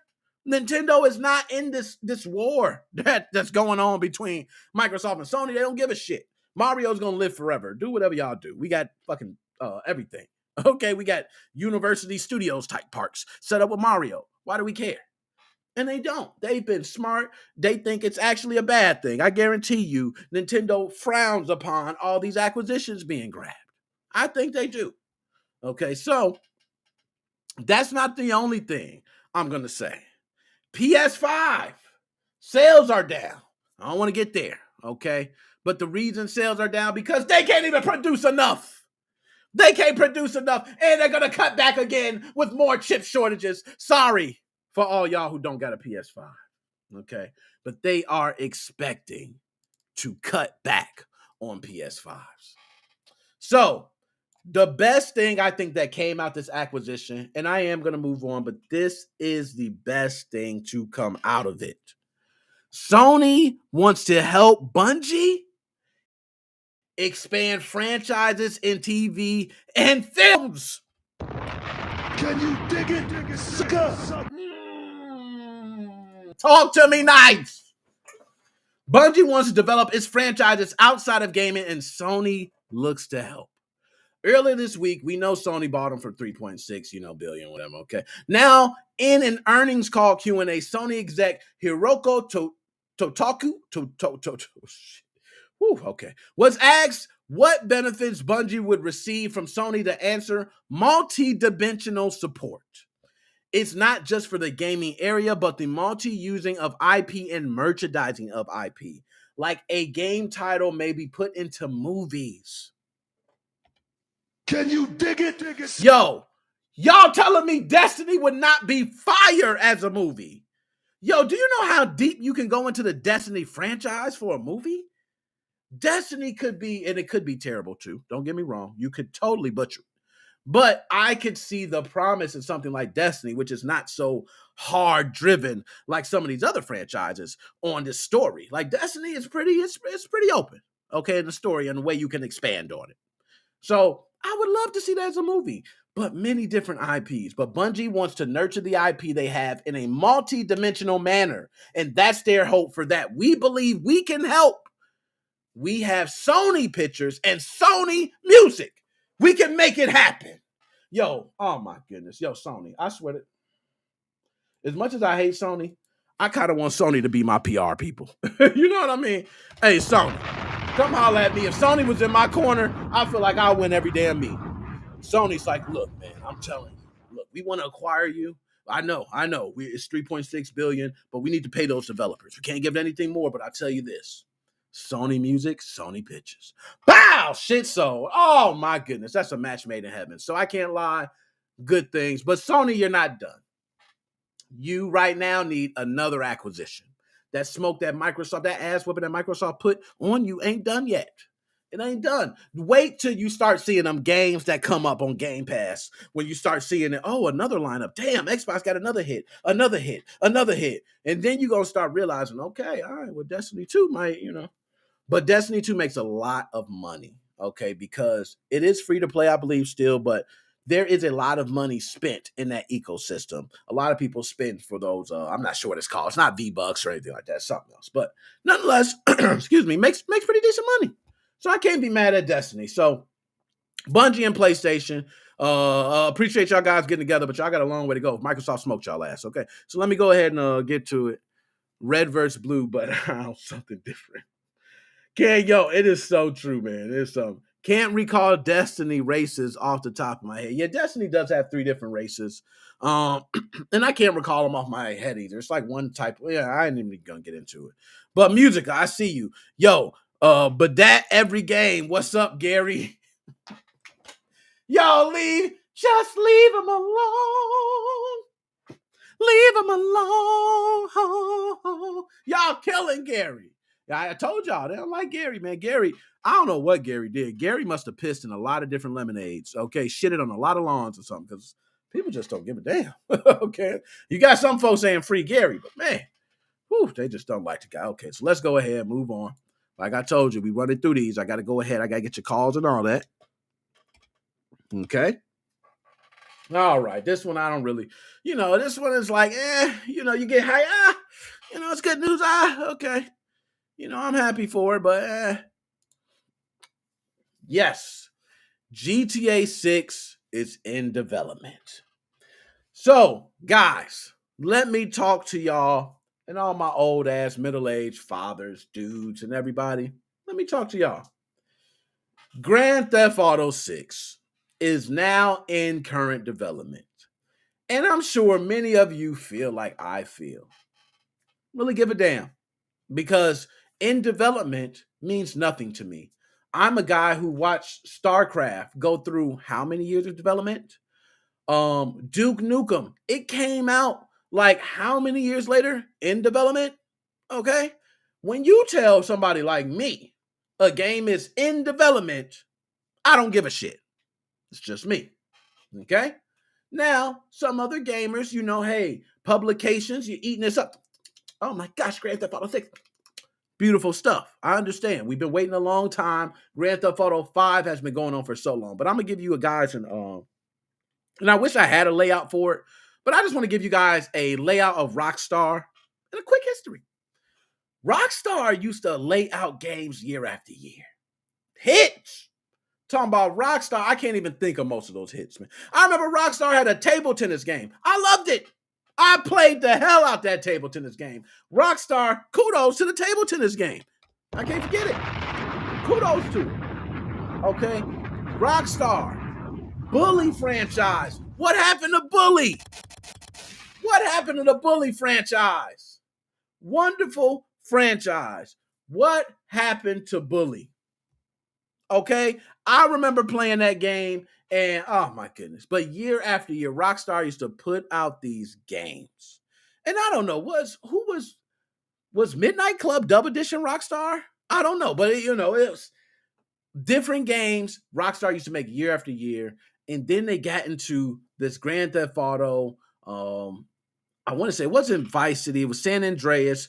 Took a moment because I know they had the Liberty City Stories and they had the Chinatown Wars and they had others. But once they got to this latest Grand Theft Auto that's running, it's been, I don't know how many years, 7 years, 8 years? Like, we have not seen a new Rockstar. Well, no, I forgot Red Dead, other one. Okay, all right, excuse me. Red Dead is another one. But as far as the Grand Theft Auto franchise, we haven't seen one in I don't know how many years. And people have still been playing this current Grand Theft Auto like it's brand new. Okay, we see Grand Theft Auto 5, and yes, I put there Grand Theft Auto 5. Okay, and the Grand Theft Auto Online is coming out for PS5 and Xbox Series X in March. So bad enough, they saying it's in development. We gonna give you the current gen version. See what they doing? I'm not falling for it. Buy the current gen version so you can play this for 2 to 3 years. Then we'll release 6. We banking on a whole nother version and an ecosystem. I'm not rolling with that. Okay, I'm not rolling with that. But nonetheless, that's what's going to be happening. So I'm going to talk about Grand Theft Auto 6, and we'll talk about it's coming and all the good stuff and all the yay and ha ha ha GTA 6. I don't really care more than that because I know this is going to be in active development for damn near 3, 4, 5 years. Okay, let's go ahead and pull it up. GTA 6 active development now well underway. Well underway. What does well underway mean? 50%, 30%? Can I get a number? Can I get a 20%, 30%? But it's the furthest that Rockstar has ever gone in acknowledging GTA 6's inevitable approach, and it comes as GTA 5 launches on its third console generation to date. Third console generation. Do y'all hear that? GTA 5 launches on its third console generation. Yo, forget releasing a game, okay, a new title for every generation of system. Grand Theft Auto 5, I was playing on the Xbox 360. I remember it. I played on the Xbox 360. I beat the whole entire game on the Xbox 360. Then the Xbox One. This is ridiculous. With the unprecedented longevity of GTA 5, we know many of you have been asking us about a new entry in the Grand Theft Auto series. Well, with every new project we embark on, our goal is to significantly move beyond what we have previously delivered. And we are pleased to confirm that active development for the next entry again, Grand Theft Auto is well underway. We look forward to sharing more as soon as we're ready. So please stay tuned to Rockstar Newswire for official details. I don't give a damn. Sucker! GTA 5 originally launched in 2013. What the? Yo, GTA 5 came out in 2013. We almost at 10 years. And we got the same, we will be at 10 years, and we got the same Grand Theft Auto running. Let me ask y'all, does that mean that Grand Theft Auto was that great of a game? I will say, it's a fabulous game. I played the one player. It is actually probably my best Grand Theft Auto. I'm lying, San Andreas. But it's second. It's my second experience, okay? And then Vice City was one of my hits. Didn't really care about Nico too much. That was me. But, this one here, Grand Theft Auto 6, I do want to say, I am glad they at least acknowledged it, because for the longest they would not acknowledge it was coming, and it bothered the hell out of fans. Didn't bother me, but it bothered the hell out of fans. So I'm glad we can just go with that. We don't have to hear it. Now, I'm just going to put, yo, Musica, you ain't lying. We're going to see that joke about 2026, 2027. You know what? I'm going to quote you on that. I can't wait till it's 2026, 2027. I'm going to be still having a YouTube channel, okay, making these little dollars. Maybe I have another, huge show on a national broadcast or some shit. I'll be doing it up, okay? And I'm going to come back and I'm going to say, yo, I remember your comment, man, and it was spot on. So, also, oh man, what's up with the Manhunt franchise? We can get a gory horror movie out of that. Okay, we can get another great game. Go right side by side that movie. I'm talking about it's. You know what? We talking. We talking about some franchises, man. But nonetheless, Grand Theft Auto 6 is in active development. These pictures behind me, I believe, are from Grand Theft Auto 6. I don't know. I just get the articles. Okay. Put the picture up, slap it on there. Thank you, team. So I believe these are from Grand Theft Auto 6. So you see the car with the chick, which I do like the whole approach of the businesswoman. I do like the stepping up of that. You're not having just regular slores. Okay, they've really got some women stepping up the business dude. You got the guy, this is good artwork. So whoever did these pieces of art, kudos to you. Thank you for that. Now, make sure I ain't missing nothing else in the chat. Okay. Took them. Yo, broken like Cyberpunk. Yo, I'm not gonna lie. Cyberpunk goes down as probably the worst the game launch of all time. Possibly all time. Battlefield may take the crown, but one thing I think Battlefield benefits from is being an online multiplayer game that's really big on that. So it can possibly get better like No Man's Sky 5 years from now. It could be top game, okay? But no, that's Cyberpunk. You only can do so many updates, okay? You better add a whole new DLC. So anyways, let's go ahead. That was it. I ain't gonna do too much. Like I said, we're running through this. We're running through. Good. Bam, let's move on. Now, oh my gosh. So y'all about to see me turn up a little bit. Okay, let me go ahead and take this drink right now. Yeah. It's too sweet. I like something with a bitter taste. Something that puts some hair on your chest. That's sweet stuff. Oh, come on, man. So anyways, Halo Infinite fans disgruntled about the current state of the game. Oh, man. I'm going to rant my ass off. But before I rant my ass off, we're going to go ahead and get to the article because I don't want to make it seem like I'm just coming from nowhere. Okay, so we're going to do this one differently. I'm going to get to the article first on this one. And then we're going to go ahead and get to my piece and why my piece is going to be so much more important. Okay, so hardcore Halo Infinite fans are frustrated with the state of shooter despite updates and events. Yesterday, Halo Infinite samurai-themed Fractured Tenrai event returned for a third round. Okay, so this is the third go-round. They ain't changed the shit. They just said, we're going to flip the shit every week. We just going to keep popping it up. So I understand. Getting stale. I can rock with you on that. Looking much like it did for its second outing, for some players, it's another excuse to hop in for fun event with meaningful rewards. So some people probably ain't get the rewards. They want to come back and catch them another time around, okay? But for others, it's an underbaked game spinning on its wheels. Developer 343 Industries has consistently switched up Halo Infinite's offering since its launch last November. Damn, now I want to see Airy. Okay, Airy. Because, sometimes I got to know who ran. Okay, because sometimes they be going a little off. I be having, all right. So the multiplayer shooter has time-limited events pop up roughly every other week alongside a very slow trickle of new modes, and that's so often the case with live service games. That's typical. Okay, it's a live service game. The cacophony of complaints tends to come from a loud but vocal minority. Halo Infinite has today been played by more than 20 million people, making it the biggest launch in history for the series. In history for Halo series. And the first to feature a free-to-play multiplayer mode. Matchmaking is consistently flush with players, relatively stable, especially compared to competition like Battlefield, which is trash. Take that, Battlefield, and your 2,000 players. That's probably where you're at right now.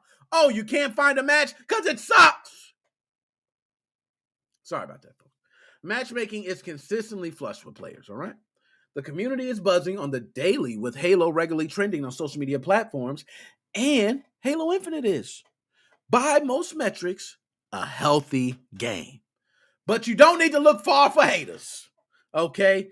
Key among the complaint is the game's lack of publicly viewable plan for its direction.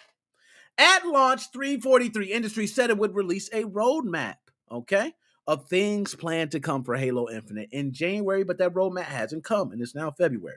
And they want to outline everything that they plan to do in the introductions to Forge and the multiplayer modes and all that, okay? Halo's long-standing creation mode is big upon many people. They waiting on Forge. So, last night, Halo Infinite head of creative Joe Staten addressed the delay on Twitter.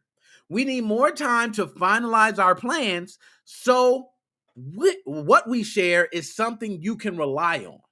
This work is my top priority, and we'll have an update as soon as we can. Now, I'm not going to read any further because I've read enough. I don't need to read any more, okay? I'm going to speak and say what no one else wants to say. Nobody else wants to say it, but Nick Moses 05 is not here to sugarcoat. I'm not here to tell you a bunch of lies, fabricated. I'm here to give you the real. I'm sorry. We have become spoiled asses. We are spoiled. I remember having games and you didn't get a damn update. You bought it, that was it. No DLC, no update. That was it. It was it. And now we have got to the point that a game that, by the way, when the game was released, oh my God, we love Halo. It's the best Halo ever. It took us back a little bit of old and the new. It's the best. Oh, 20 million players. This shit's smoking. You can't even get on Halo and wait more than 2 seconds without a match. Oh, it's all beautiful, but you found something to complain about. I'm sick of us complaining. Stop complaining. You want a roadmap? Yo, I'm going to tell you this. How the hell do you want a roadmap and they doing a good job? They already doing a good job. What the hell do you care about the roadmap? It's good, right? Yo, the lack of, I'm tired of playing those same game modes. How long has the game been out? Chill out. Chill out. It's much now. Y'all know I'm a Call of Duty fanboy. I'm a Call of Duty fanboy at heart. As much as I can shit on Battlefield right now, I have to prove a point, and I'm going to actually paint Battlefield in a good light as much as it hurts me. Okay? Battlefield fans jumped the ship too early. You all did. You did. I'm sorry to tell you guys are not true fans. You guys are a bunch of bandwagon hoppers. That's what you guys are. That's the difference from Call of Duty fans to you guys. You guys are bandwagon hoppers. You talked about your last Battlefield and how great it was, and you expected this one to be great. And this one was Rainbow Six, Call of Duty, Ghost, Medal of Honor, Siphon Filter, everything. I don't know what the hell they was doing on this. Okay, I don't know. It's bugged up to hell. I watch people play it. I see TikToks of it, and I go, man, that looks shitty. It looks shitty. I'm sorry, but guess what? The fans jumped ship too early. The game was just released. You guys were jumping ship by the numbers. And that's the problem with this COVID era. We are so stuck at home and so used to having instant gratification that if a game doesn't fill our needs for the matter of 5 damn minutes, y'all can't sit y'all asses down and wait for something good to happen. I can't stand this era now. We are at the beginning of 2022, and I'm hearing complaints about Halo, which, by the way, was loved by everyone. You're mad about a roadmap. I don't give a damn. Do you know? I don't ever check for roadmaps on games. I never have. Now, I'm not in competition for esports. I can understand if you're esports and you're looking into the roadmap. That's different because your competition might be based on balance changes or other things that's soon to come. It's a big deal in esports. I understand that. If you ain't dealing with esports, what the hell you want to know the roadmap for? That's going to make your decision, huh? When you bought all those games back then, you never seen a damn roadmap on the back of the box. You don't turn around the box of a game and they show you a roadmap. So what the hell you complaining about? If your ass didn't have internet, you wouldn't be able to know what a roadmap was. I am sick of us complaining. Why are we complaining over games after 2 months? Give it time. Cyberpunk, it was an exception to this rule. The reason Cyberpunk was an exception because Cyberpunk was being talked about for so many damn years. It was being talked about for so many years. We heard Cyberpunk. So we anticipated this title. Shit, I don't know if Star Citizen's ever going to come out. Okay, I'm not sure Star. I think it's Star. I don't know which one it is. The one on PC that everybody pays $1,000 and we ain't seen the light of day. Okay? I can't stand this. Why do we complain about games within the first 2 months? I'm a Call of Duty fanboy, and I can tell you, all you Battlefield fans jump ship way too early. I'm going to make this bet to you guys. How much do you want to bet? Battlefield's going to go free to play, and they're actually going to push out updates. They did push back the scoreboard, which, goddamn, DICE, get something right. But they're going to push back the scoreboard updates until March. When these updates come out, and they actually push out a lot of these updates, and that mode comes out where people can get some user-created content in there, when you start seeing that user-created content get put out, I guarantee you guys, it's going to be a whole different game. You're going to see Battlefield people who jump ship and talk shit about Battlefield jump right back on. Oh, it's so much better than Call of Duty. Oh. I'm going to tell you something that I respect about Call of Duty fans. This is what I respect. Fanboys, right? They stick by it no matter what. I remember playing Future Soldier, Advance, whatever. That shit was shit. And I played it. I told people this game is fire. Dog, I'm running on walls, son. Minority Report, son.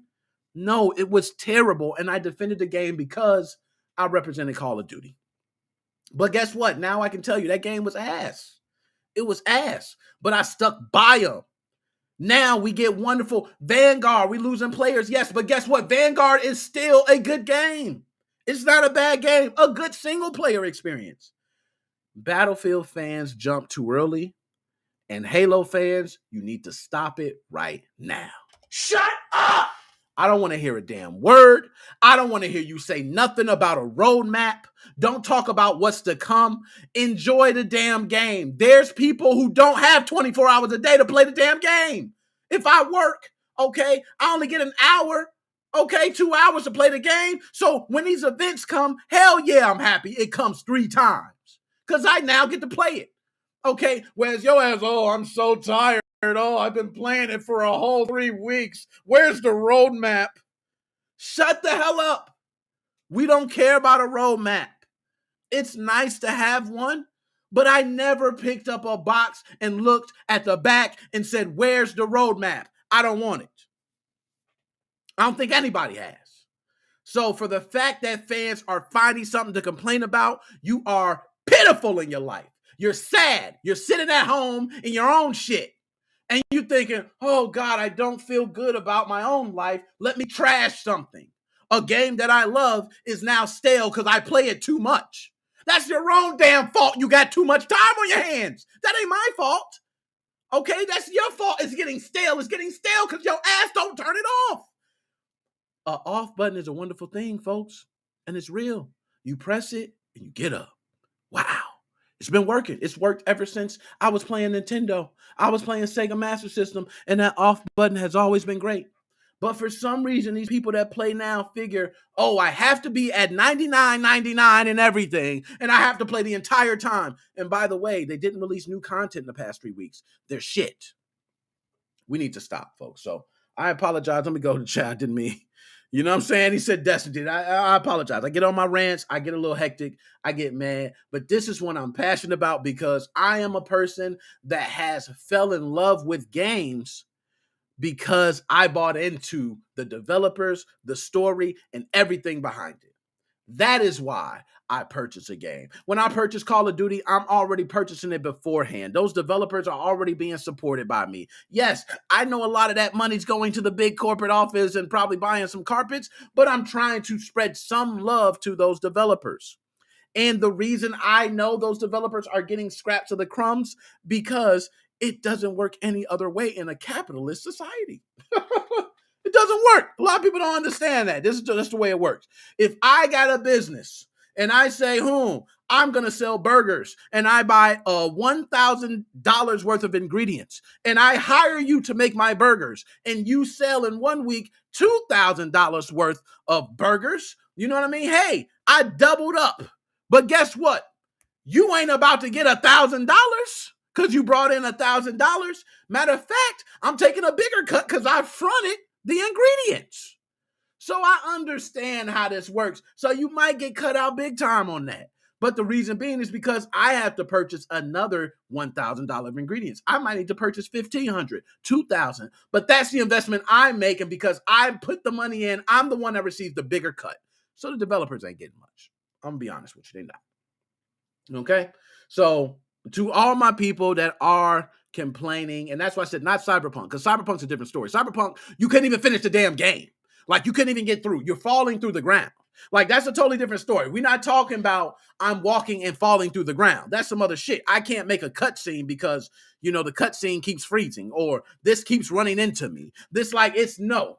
Cyberpunk is an exception to the rule. That was a shitty release, WWE 2K20 style, okay, which, by the way, was shitty, okay? No Man's Sky style, by the way, shitty, but No Man's Sky is a prime example of the turnaround, okay, which is a beautiful game now. And there's many other releases. I can go on and on. Grand Theft Auto Remastered and yada yada. Terrible, terrible, terrible. We have to stop complaining about games and give them time. The roadmap, and as they stated, I don't doubt they're not lying.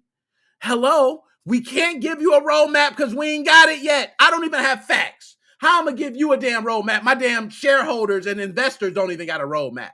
Hell, they paying for all my damn backing and everything, my marketing and everything, but you want the roadmap on Reddit before they get it. No, sit your ass down.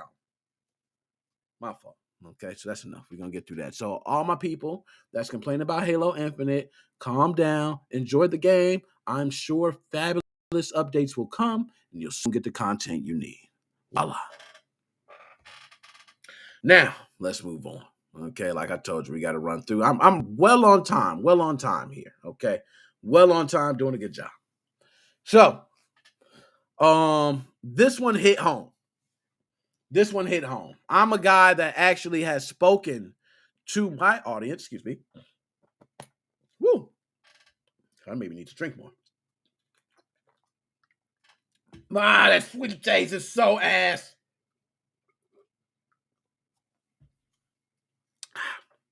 Ooh, I love a bark. So, now, this one hit home for me, guys, and I'm going to tell you why. It hit home for me because I am one that has spoken to my audience about creating NFTs. I'm still going to be doing it. I am serious. I actually have some NFTs already, but the ones that I'm speaking to you guys about are the music NFTs that I want to do. I'm really looking into music NFTs. I want to be able to, jump into this digital world with my art, which I also create music. A lot of people don't know. I create music. I had an album back in 2005 for The Prophet, Memphis Year. I had my 6-pack. I had my chain. I was up there pointing like I was pointing to 9 milli. I was all that back in the day. But now I've changed, man. I got a family. It's all different. But I still love to create music. So, I'm going to be creating a lot of different NFTs around music and games. That is what I'm doing. Okay? So this one hit home because video game composers have already started complaining that their music has been stolen and turned into NFTs.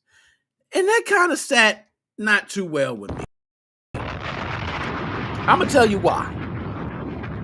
The reason it didn't sit too well with me is because I know that this digital world that's going on is already be taken, like NFTs specifically. I don't want to say everything digital, but a lot of the digital currencies are being taken as scams. And we're having a lot of NFT projects being taken as scams. And I'm not just saying this because, people are just saying it's scams and they don't believe. No, it's facts. I don't know if you guys know, but what's the guy on YouTube, Ice Poseidon, who took over $500,000 from investors over a CX coin digital currency that he created, talking about he blamed the people because they put too much energy into it? So imagine I say, hey, fans, I'm creating a new digital currency. You guys want to donate? Help me out. You guys start donating. You donate over $500,000. And I say it's you guys' fault because you guys cared about it too much. That's literally what happened. So I don't blame people who feel weary about coming into this digital market, especially when things like this is happening. So this is why it hit home for me. I actually have music that I'm sure has already been taken and put and created as an NFT. I'm sure of it.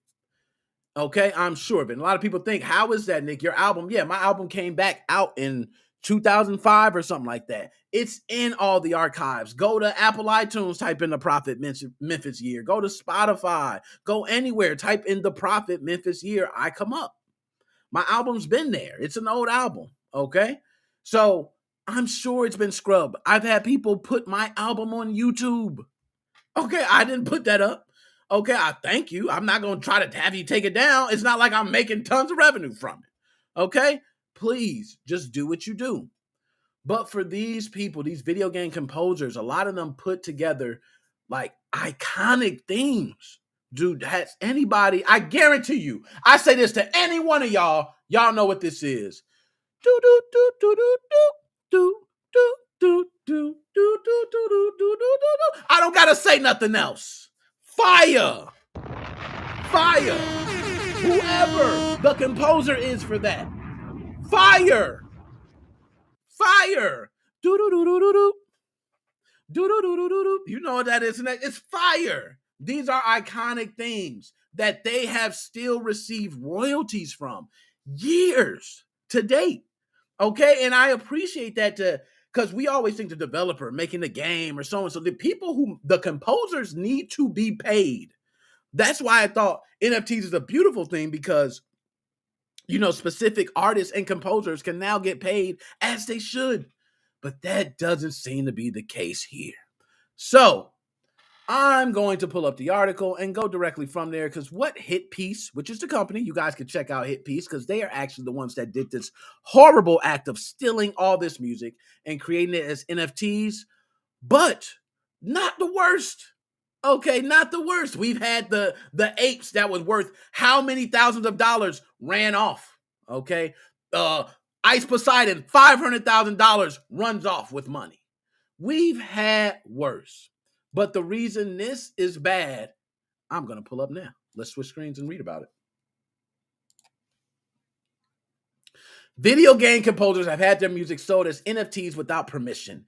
The platform Hit Piece allows users to own a song, okay, build your unique playlist, and join an artist community. It appears to be scrubbing Spotify for music and selling it illegally as NFTs. Can you dig it, sucker? Yes, they can dig it. That includes video game music along with Disney tracks and more. Composers have since hit back at the platform on social media. Now, just so you know, at Join Hit Piece, they tweeted they ass direct. Okay. One of the tracks you're selling, I appeared on. So this is Grant Kirkhope's piece. This is him. Like, I make the track, I hear it. And I'm like, yo, one of the songs you're playing, I'm on, is actually owned by Blizzard, who is now owned by Microsoft. And they just purchased them for 68.7 billion. Good luck with that. I think they got enough money to take care of you. So, David Wise, another Donkey Kong composer, also responded, please spread the message far and wide that at Joint Hit Piece are attempting to sell digital assets they simply cannot legally own. There is no legal organization with authority to authenticate these transactions and no existing contracts between composers, performers, or publishers. Now, Hit Piece, they felt the heat. Hit Piece said, oh, shit, damn, they killing us. So Hit Piece writes and says, clearly we have struck a nerve and are very eager to create the ideal experience for music fans. To be clear, artists get paid when digital goods are sold on Hit Piece. Okay? Now, I don't know how those payments are paid out to the artists, but I don't think the artists are the original artists. That's just me.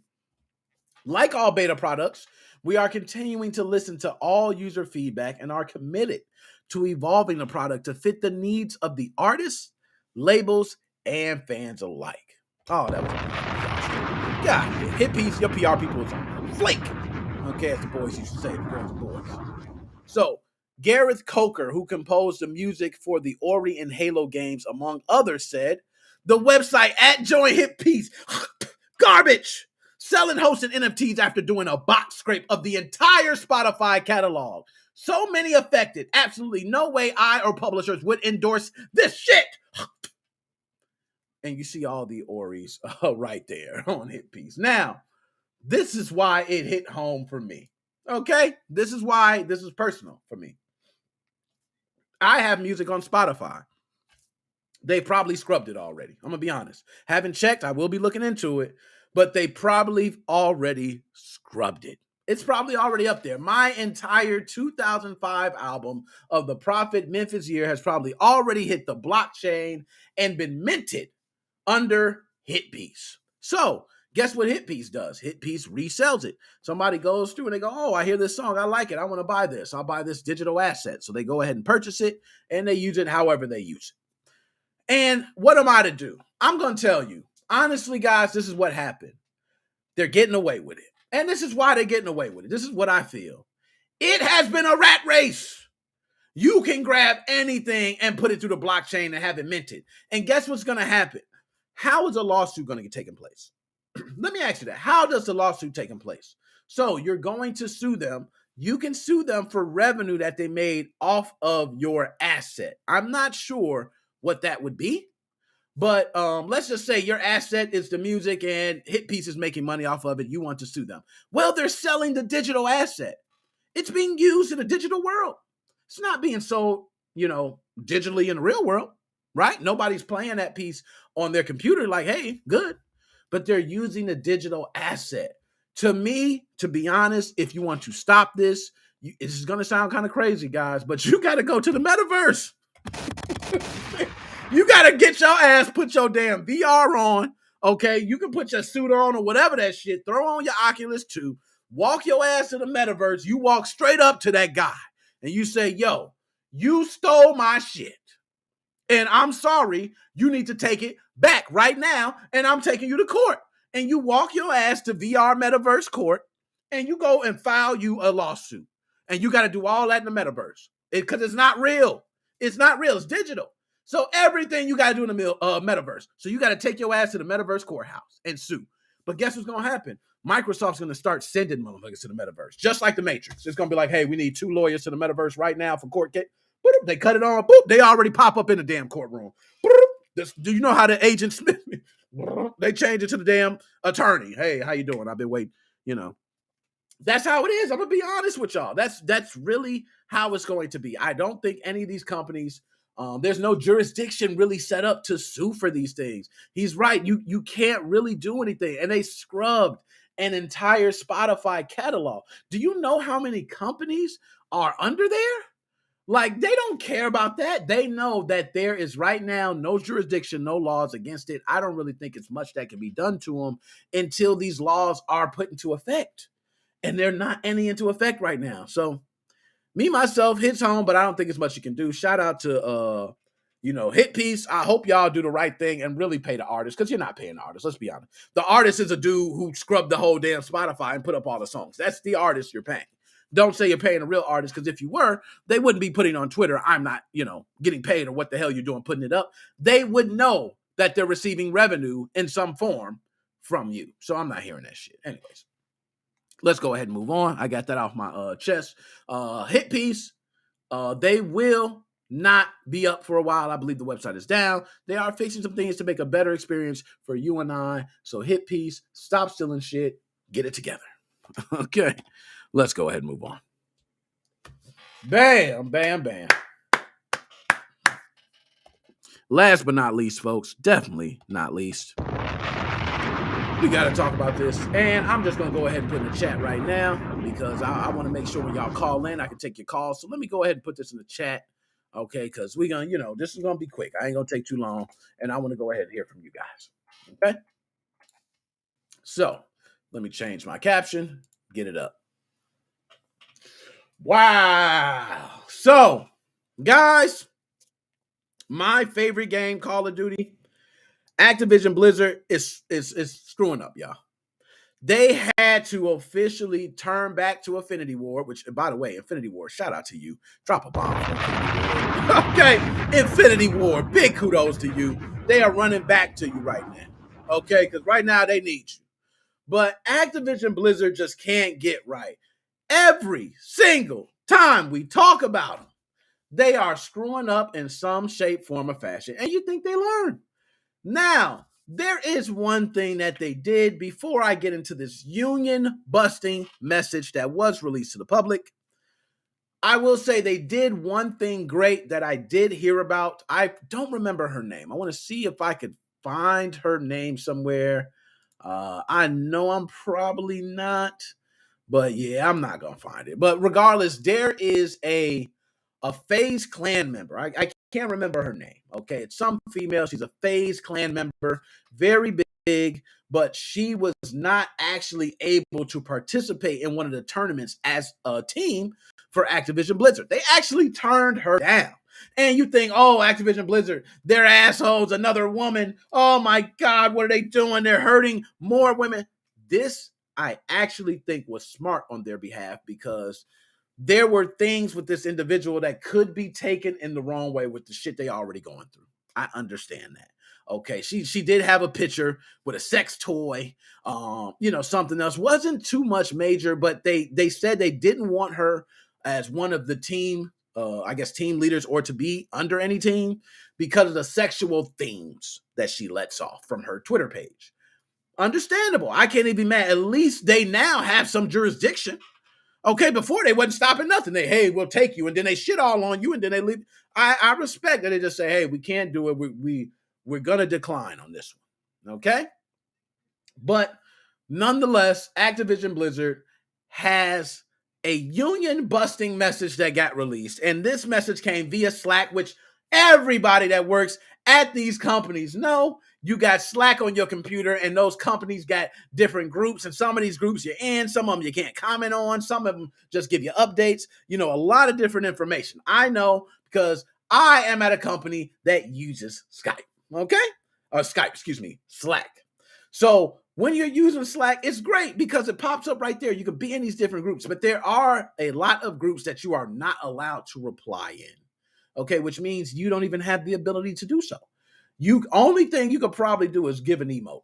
Okay, you can probably give a thumbs up, thumbs down, when you like something. That's the only thing you can do. You cannot comment. Well, guess what Activision Blizzard did in this comment? Yes, they put it in a group where they can't hear none of the smoke. Oh my gosh, you gotta love it.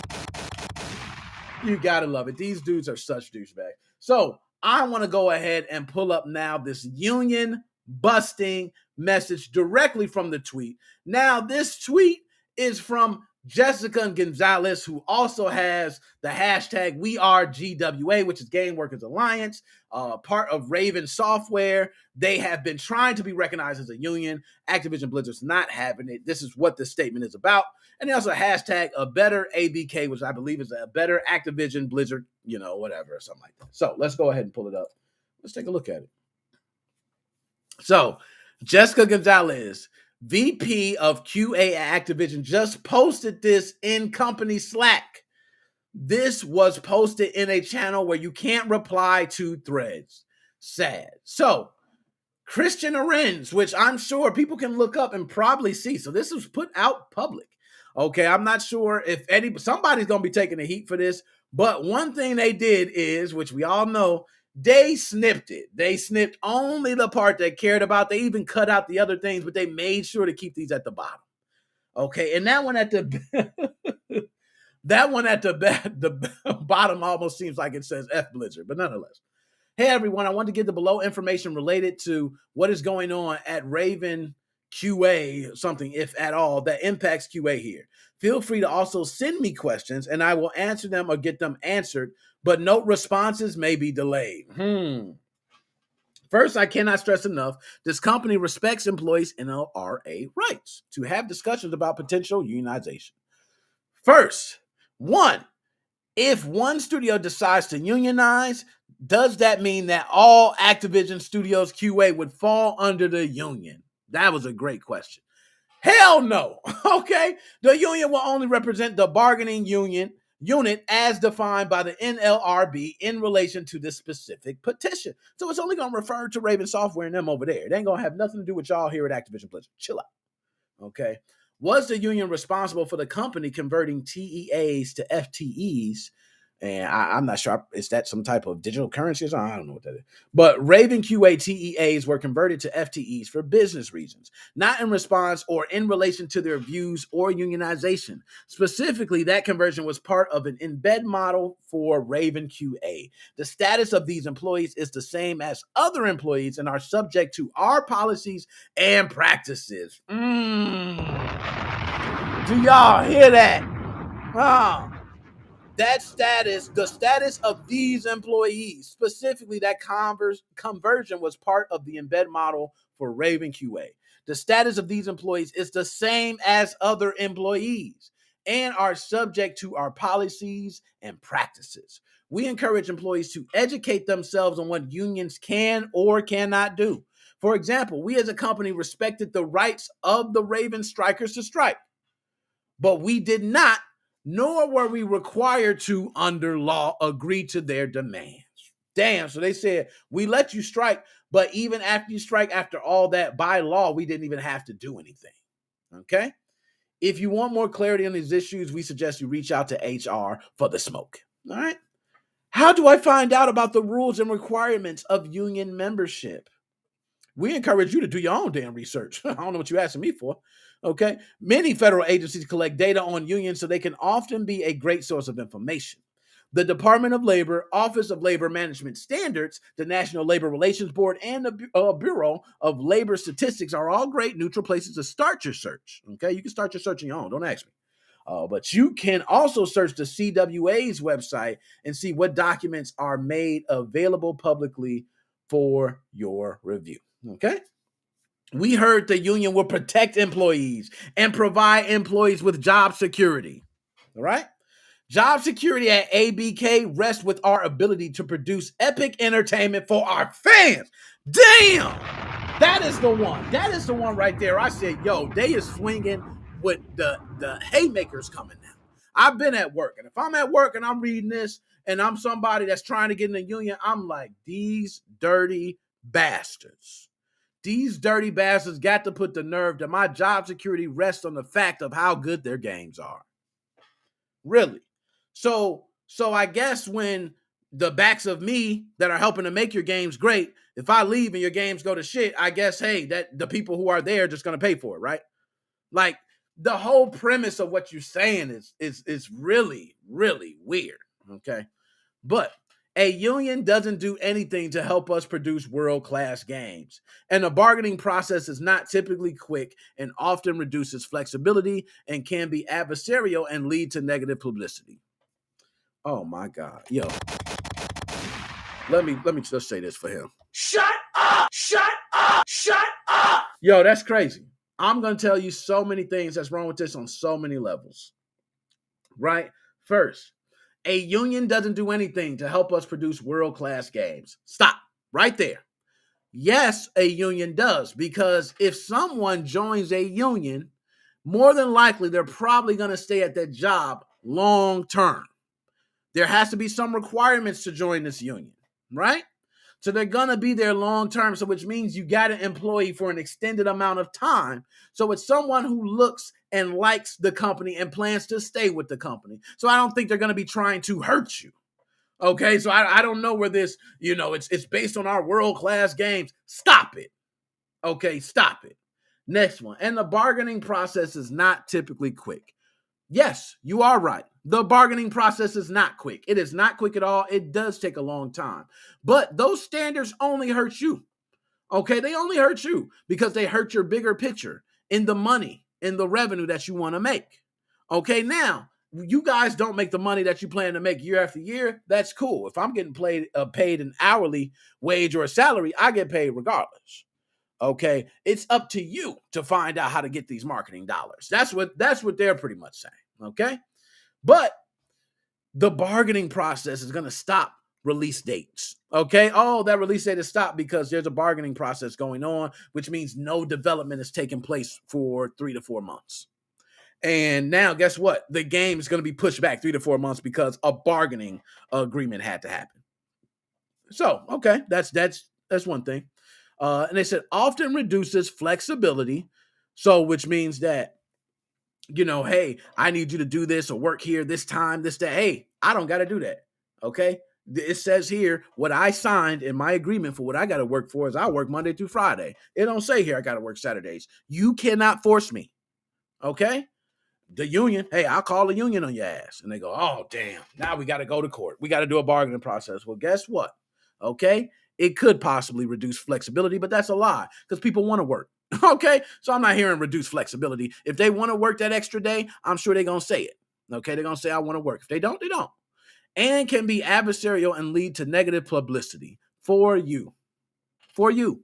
It doesn't lead to negative publicity on the part of the developers. They don't leave and say, oh, developer, ABC is terrible because he went in there trying to fight for his money. No, it's going to be Activision Blizzard is the ones who's terrible because they're not paying the developers what they want. That's the way it comes off in negative publicity, which hurts you, not them. So you mention that to a bunch of people, it doesn't help. All of this could hurt our ability to continue creating great games. While many union contracts include a just cause provision and a grievance process, this is really just a different way to deal with disciplinary issues. Even union contracts with just cause and grievance procedures still allow companies to enforce disciplinary rules, and CWA members are disciplined and terminated even with these so-called protections. Damn, man. We about done. I'm about to just start taking off. How do you compare bargaining with a union to a direct relationship with a company in terms of changes for an individual employee? In a direct relationship model where you and the company share goals, agreement is quick. So if you do it with us, you good. And the company can make changes swiftly. But in a bargaining model like you want in your little union that you're asking for, agreement and change comes quickly only where the union has the exact same goals. So if we're not in line, we're going to be forever. So go ahead with your little stanky little union. That's what they say. Okay. I filled out the union's form online. Does that mean I must vote for the union in an election if one occurs? Even though you may have signed a union authorization card, you are not obliged to vote for the union. Okay. You don't have to. Don't do that. Please. Just don't even wake up that day. Okay. And remember, the NLRB's elections are conducted by secret ballot. Okay. So nobody will know which way any employee votes. So if fake votes come up and kick your ass out. Okay, so I ain't hearing that. So anyways, before I get on the caller that I see right now, I just want to say, Activision Blizzard, you're a piece of shit. You don't want to unionize, just say it. Putting out these statements is not really good for you because it doesn't make a lot of sense for the end users or those people. And I know you really don't want it to because you really only care about the higher ups. And by law, you're technically not breaking any laws. But it's shit worthy. It really is. You need to change, especially right now when you got Sony buying Bungie and giving away a third to the developers. Okay, a third to the developers. That's major. That actually gave some props. Nonetheless, we done that. Let me go ahead and bring the call on. Okay. Now see who we got first. Bayow first. Oh man. What's going on? Yeah, my man, G.I. Joe. Hardest working. The real American hero. Yeah. Joe, what is up, my dude? I'm at work still. I'm always at work. Yeah, you always Live at for work. work, That's you how work it for is.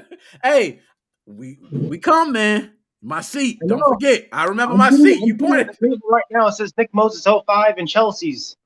Yo, I'm gonna come in there and be, I don't even care if you ain't even open yet. Okay, I'll be like, Joe, let me get in here about 10 minutes early, sit in my seat. Okay, get prepared. Oh man, Joe, it's a lot, man, to talk about, but I want to go ahead and let you take anything you got to say first. Team Executor. You know I'm representing Team Executor. Yes. Joe, so Gary, they're saying Gary, they want to give him 5 years. Final sentence. Okay, which means he's already spent probably a year and a half, may get released early on good time. So if he does, that means he might have just a year in jail, which is not too long. What do you think about that? Justified, not, or what do you think? By keeping him in jail that long, it's not going to stop anything. People are going to target Nintendo even more now with more hatred. you know, there's Team Executor members that we don't even know about, you know, super smart people, and be like, you know, we're going to get at the next system. You know, we're going to, you know, we're taking one for Team Executor. You don't know how many people they, you know, lost their, you know, hacking jobs or whatever. And these hackers lost money, and hackers don't forget, you know, like Anonymous, you know, those types of people, you know, we are anonymous, you know, we are a team, you know, expect us. That's what's going to happen with Nintendo. They're going to be targeted the most for hacking now. I mean, you put Gary Bowser in jail. People were pissed off at Gary Bowser because they didn't want to pay for the hack service. They don't want to pay the, you know, $50. They want it for free because it's a bunch of cheap ass hackers, you know, and modders. You know, pay for the product. You know, it works great. You know, it doesn't. My backdoor doesn't work anymore. You know, for SXOS playing new games anymore because the SDK changed. So until something else is fixed, there's no way to play the new games. But you know, I'm not updating my other Switch. I have two Switches, one on Atmosphere, one on SXOS, and it will stay on SXOS. And I'm glad I spent that money for Team Executor. You know, we need to get Gary out of there. You know.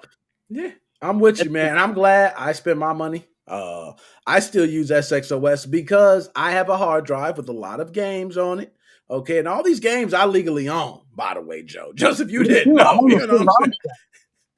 It's a couple terabytes I legally own. You know what I mean? So I don't know what they're tripping on. And you know what's amazing? What pisses me off is all my systems are hacked except for the systems that can't be hacked, right?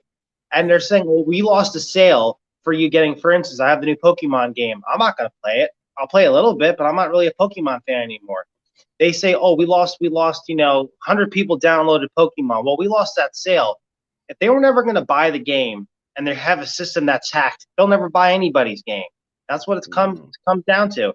If the Switch was not hacked, I would not be sitting here in this podcast right now because I would have never found out about your channel.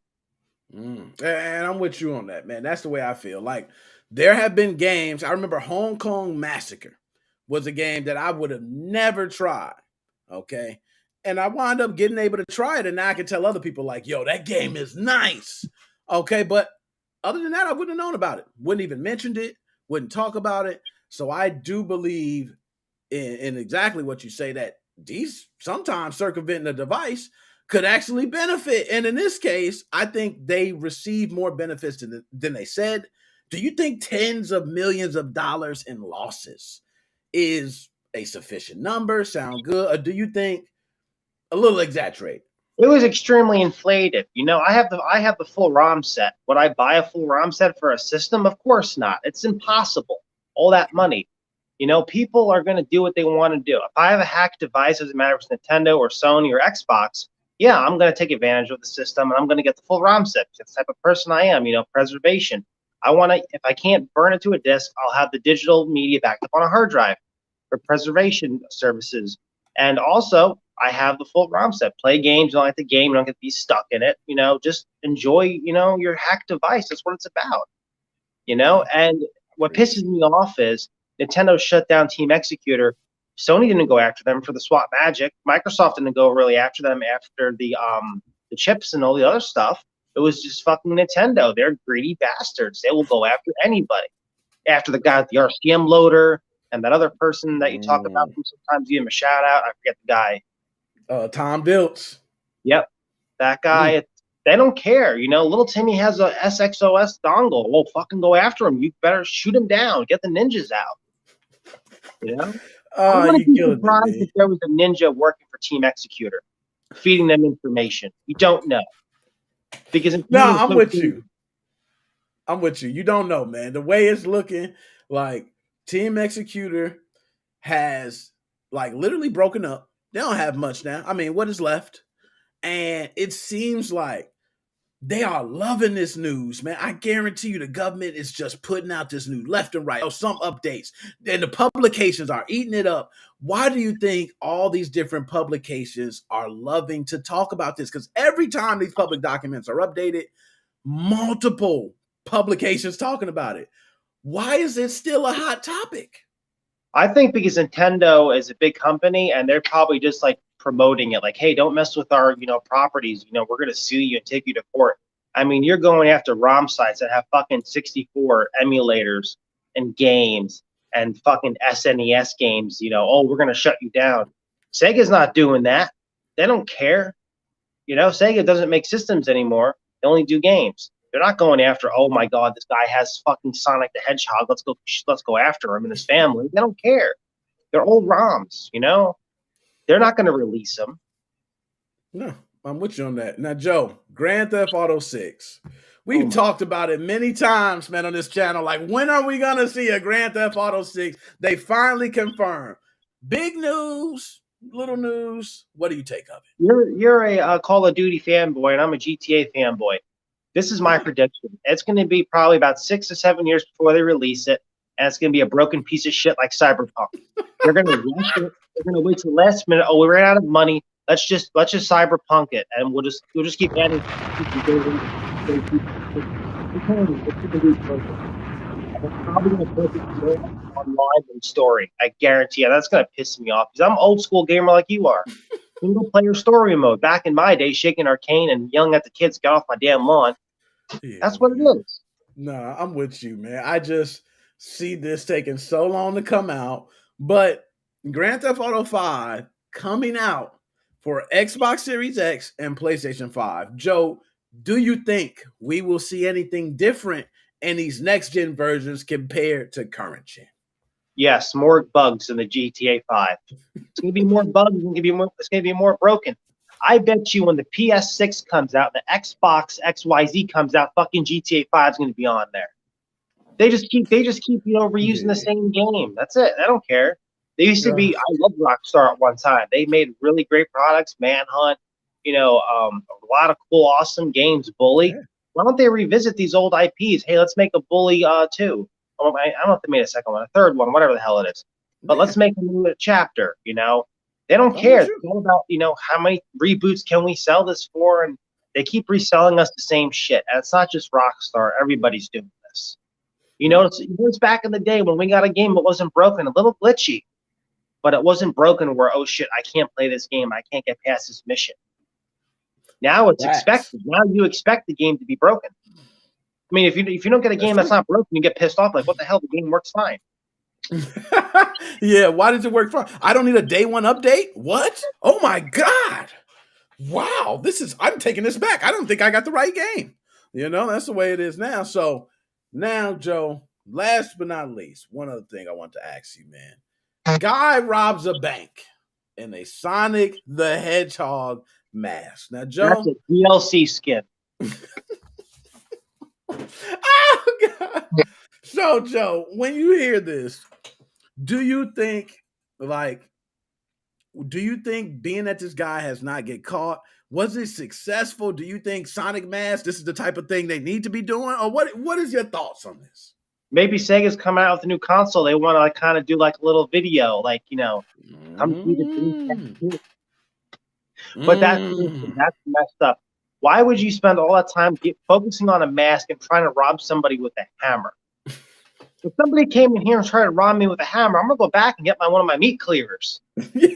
That's what I'm thinking. The guy walked out from the back. He's like, "Hey, get the hell out of here!" He points a gun at him. The guy's like, "Oh shit!" Oh, he runs out of there. Like, what are you doing? You coming in with this guy seriously must be insane because you're not threatening or intimidating anybody with a hammer and a Sonic mask. Meanwhile, everyone's laughing at you making TikTok videos. It's crazy, man.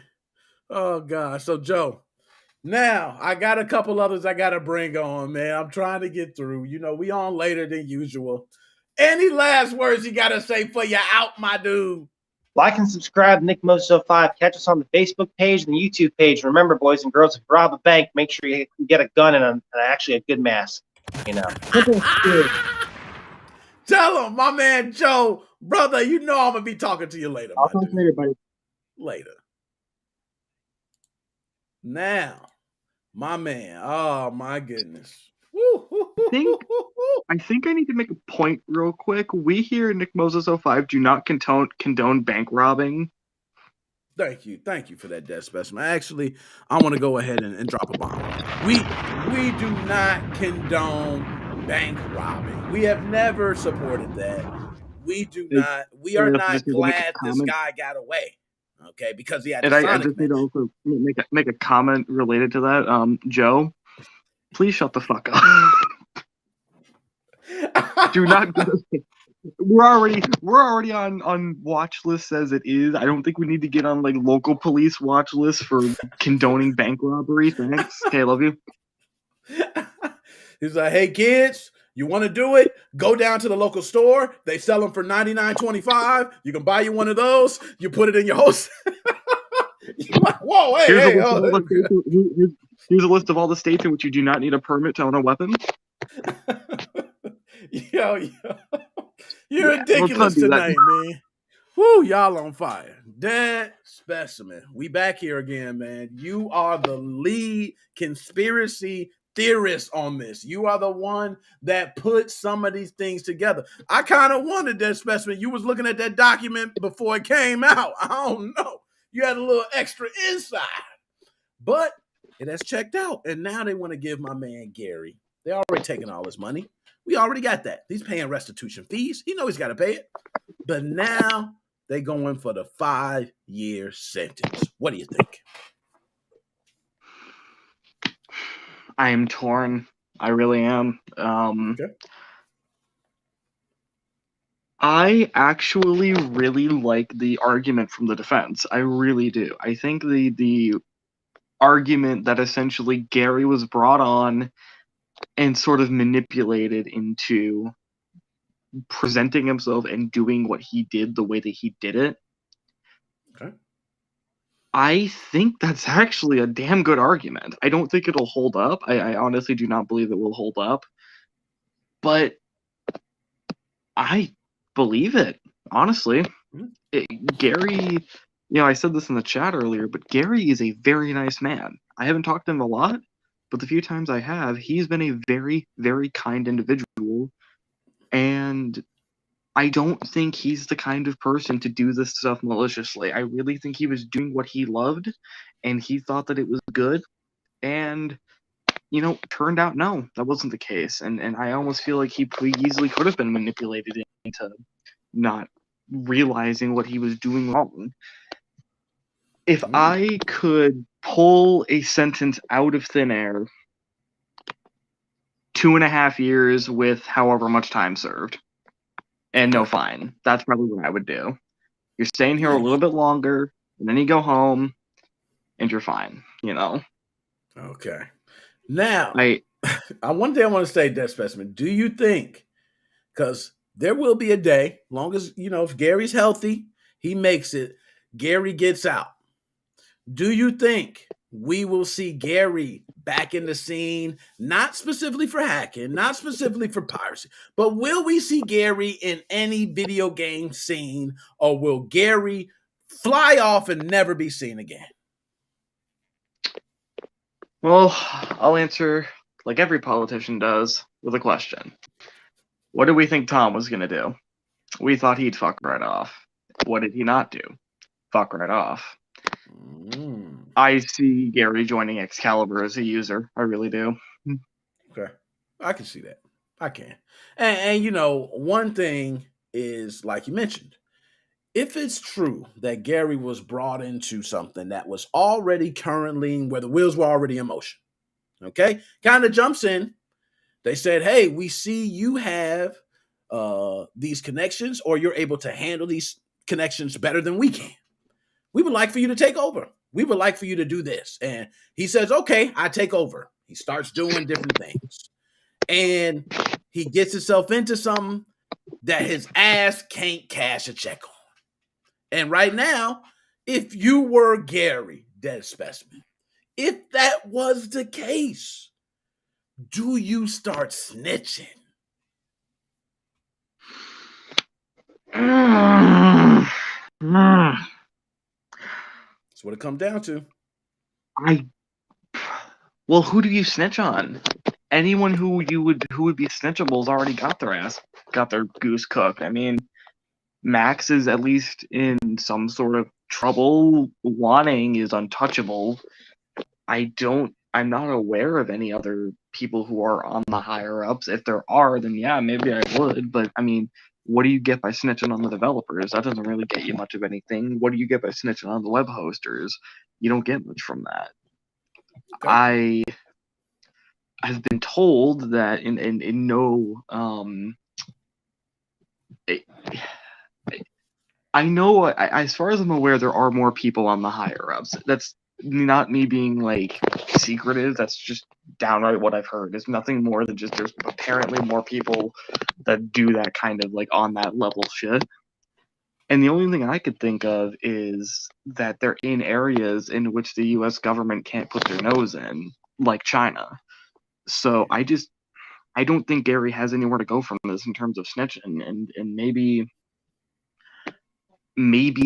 it's in hell. Maybe what the defense pulled out. Maybe it's just simply something they pulled out of their ass to see if the judge could get some sympathy. I don't think it'll work, but it's very likely that Gary is fully aware of what's going on and he just doesn't give a shit. And they're like, "Fuck it, we'll try this." Now, Death Specimen, you may know, of course, everything crosses my desk. I got a message that someone told me SX Save Manager version 1.3, which I believe was the version that was used with Atmosphere. Okay? Somebody told me that was deleted from the GitHub. First, let me ask Death Specimen, can we confirm that? Is that something you know of? I was not aware of that now. Okay. I do have a copy. I did download that. So you just want to hit me up on Discord, I can maybe throw you what I did hear was that apparently the SX Save Manager 1.3 was in the document. The one that you just read was not only in the document, but it was stated specifically that its chief distribution vector was through the Team Excalibur Discord. Excalibur is known by Nintendo, and they are known by the Washington court. So there's something to keep in mind. That this would not shock you me. almost make me want to, because you and I, okay, on the record, we know, okay, some people. I almost want to go and choke them. I want to say, what the hell are y'all doing? I implore you, like right now, I'm not even kidding, do this now. Open the document back up, Control F, and type in Excalibur. Like, I actually do that right now because I want this to be on video. Yeah, I want to go ahead and do it. So let me go ahead. Bingo. There we go. I also can't see chat right now, so if like Alchemy's yelling at me, then damn it. Oh, that's because, let's see. That's too far away. Do I got another one? Let's see. That puts you at the bottom. That's fine. Damn it. Okay. Well, that's why. Because it just sucks with Restream. Okay. But I have the document. Okay, let's go ahead and bingo. Here we go. You can either look up the next calendar or you can look up like SX Save Manager or whatever. And I'm going to search. I want to search on here. Okay, so I'm going to pull it up. There we go. Now let's go ahead and pull it up on the desktop. Okay. Now, what did you want me to search for? You can put that front and center if you want. All right, cool. So let's go ahead. Let's see. Boom. Okay. Now. So now just do Control F and type in Team Excalibur. Oh, damn, if I could spell, right? What the heck? Yo, Death Specimen, man, I'm about to cut this off, man. I'm at 8. Hold up, Death Specimen, while we at this. I ain't done. Nick Moses. All right. Whew. I was going to say, look up your name. Oh, gosh, I almost fainted. All right. Wait, just type in Nick. Type in Nick by itself. They like Nick Mo 05. All right. Good. Ain't no Nick. They done. They got me out of that. Okay. Wait, hold on. One last thing. I know Nick isn't your full name. Type in Nicholas. Right, just really make sure. He's the attorney. He's the attorney, though. Okay. Nicholas W. Brown. Okay, you're right. I was about to get scared too. Like, shut it down. One final search. One final search. Let's just make sure there's not a dead specimen in there. Oh yeah, I agree. I'm gonna just put dead. All right, they ain't even got dead in there. Now, I think we good. Oh boy. Specimen. No, you ain't. Okay, you're good. You ain't in there either, man. Okay, we good. We good. But you're right. I didn't know, team. So they really put. Oh my God! Are you? What the hell? It is important. So it lets us know. Pretty much, they're still watching. Can we confirm now that? I what think I'm they're really still watching. wondering is if we got a man on the because I mean, look, evidently one of the accounts in the Excalibur Discord is probably from this case. What I'm wondering though is, do we have a man on the inside of some of the more secretive chats? Is there someone on the VIP in the VIP chat? Do we have someone in the elite chat? Or hell, does it not even matter and we just have Discord constantly sending these messages to them anyways? Like, is this Discord subpoenaed permanently? So let me That'll ask be you, Dead Specimen, interesting. being a young man, bright mind, if you had to narrow that out, you had to sniff it out. Let's say you are the one that has to find the mole. What do you think is the best way to start narrowing it down? Anyway, do you have any idea? Well, I don't fuck with illegal shit usually, so I am not really into. I don't really have a method for finding moles because that's not something I care about. But Yeah, if I had to take a wild guess, I would just say who has the least amount of credit, right? We know Alchemy. He's been working on the high end for a while. He's probably safe.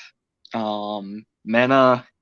He's done a lot. He made the HW flies reflashable.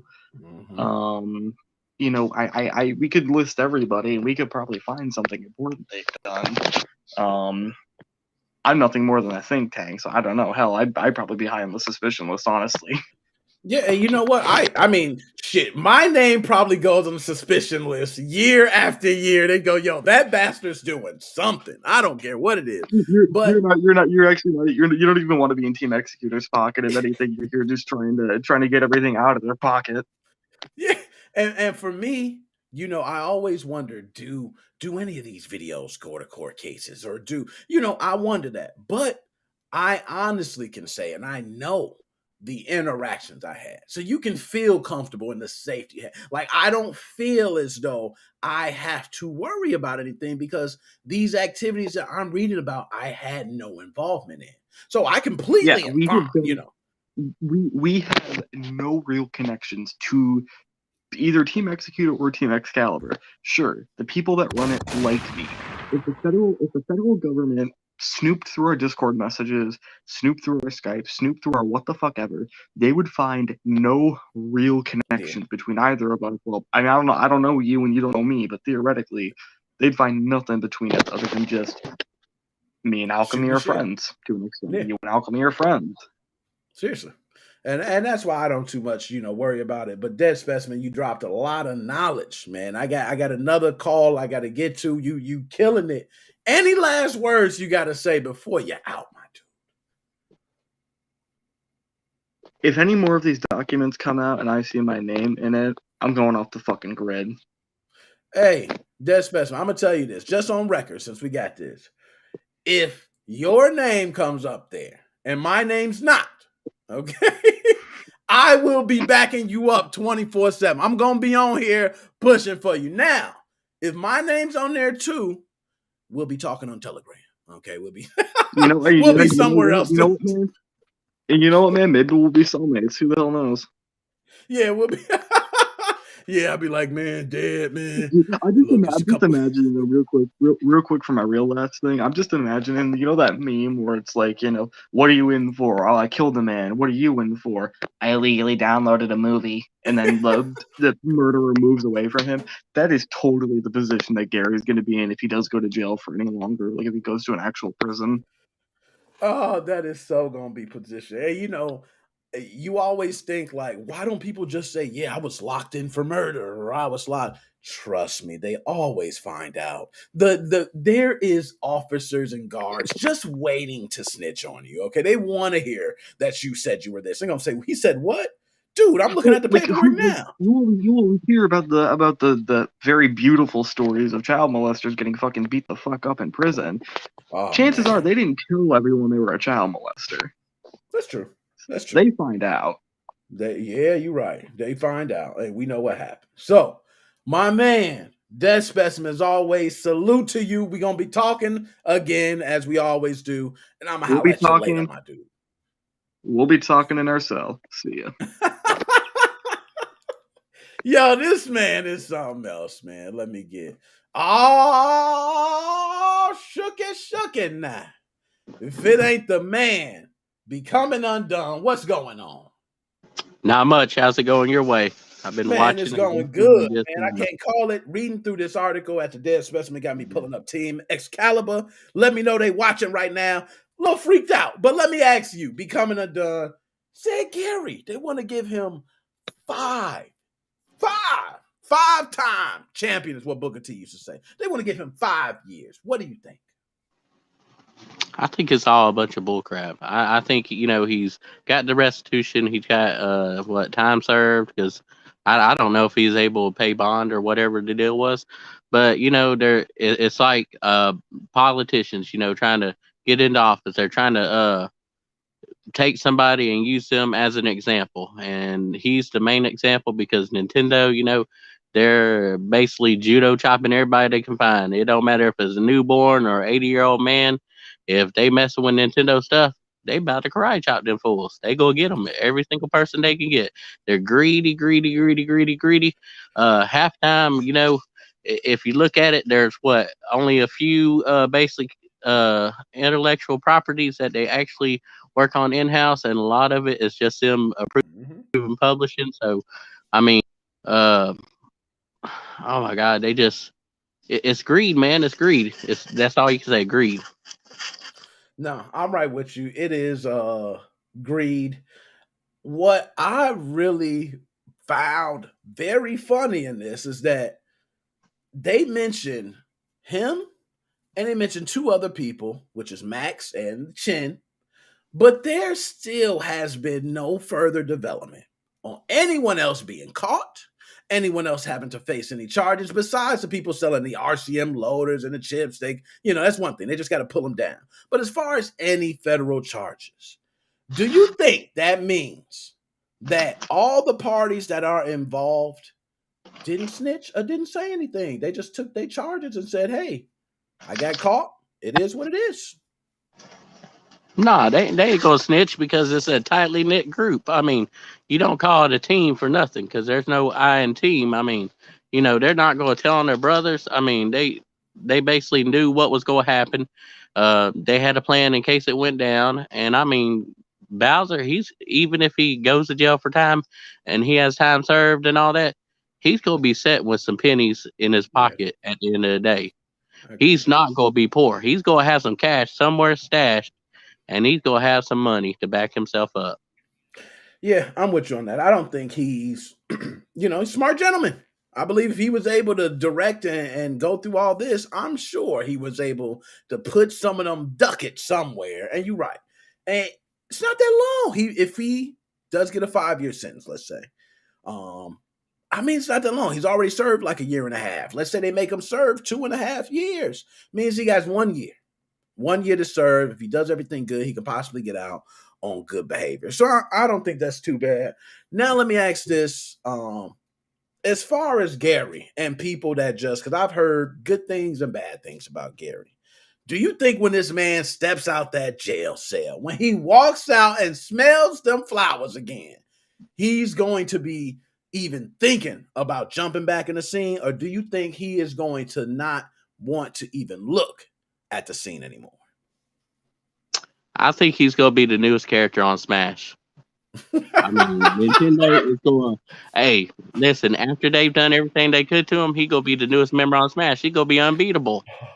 Yo, and you know what's so funny about that? The way trolls work today, I guarantee you, if they put create a person in any game, Gary Bowser would be created in every single Nintendo game. So I'm with you on that, man. They need to add Gary Bowser. Give him a nice set of moves, throw in a couple mod chips.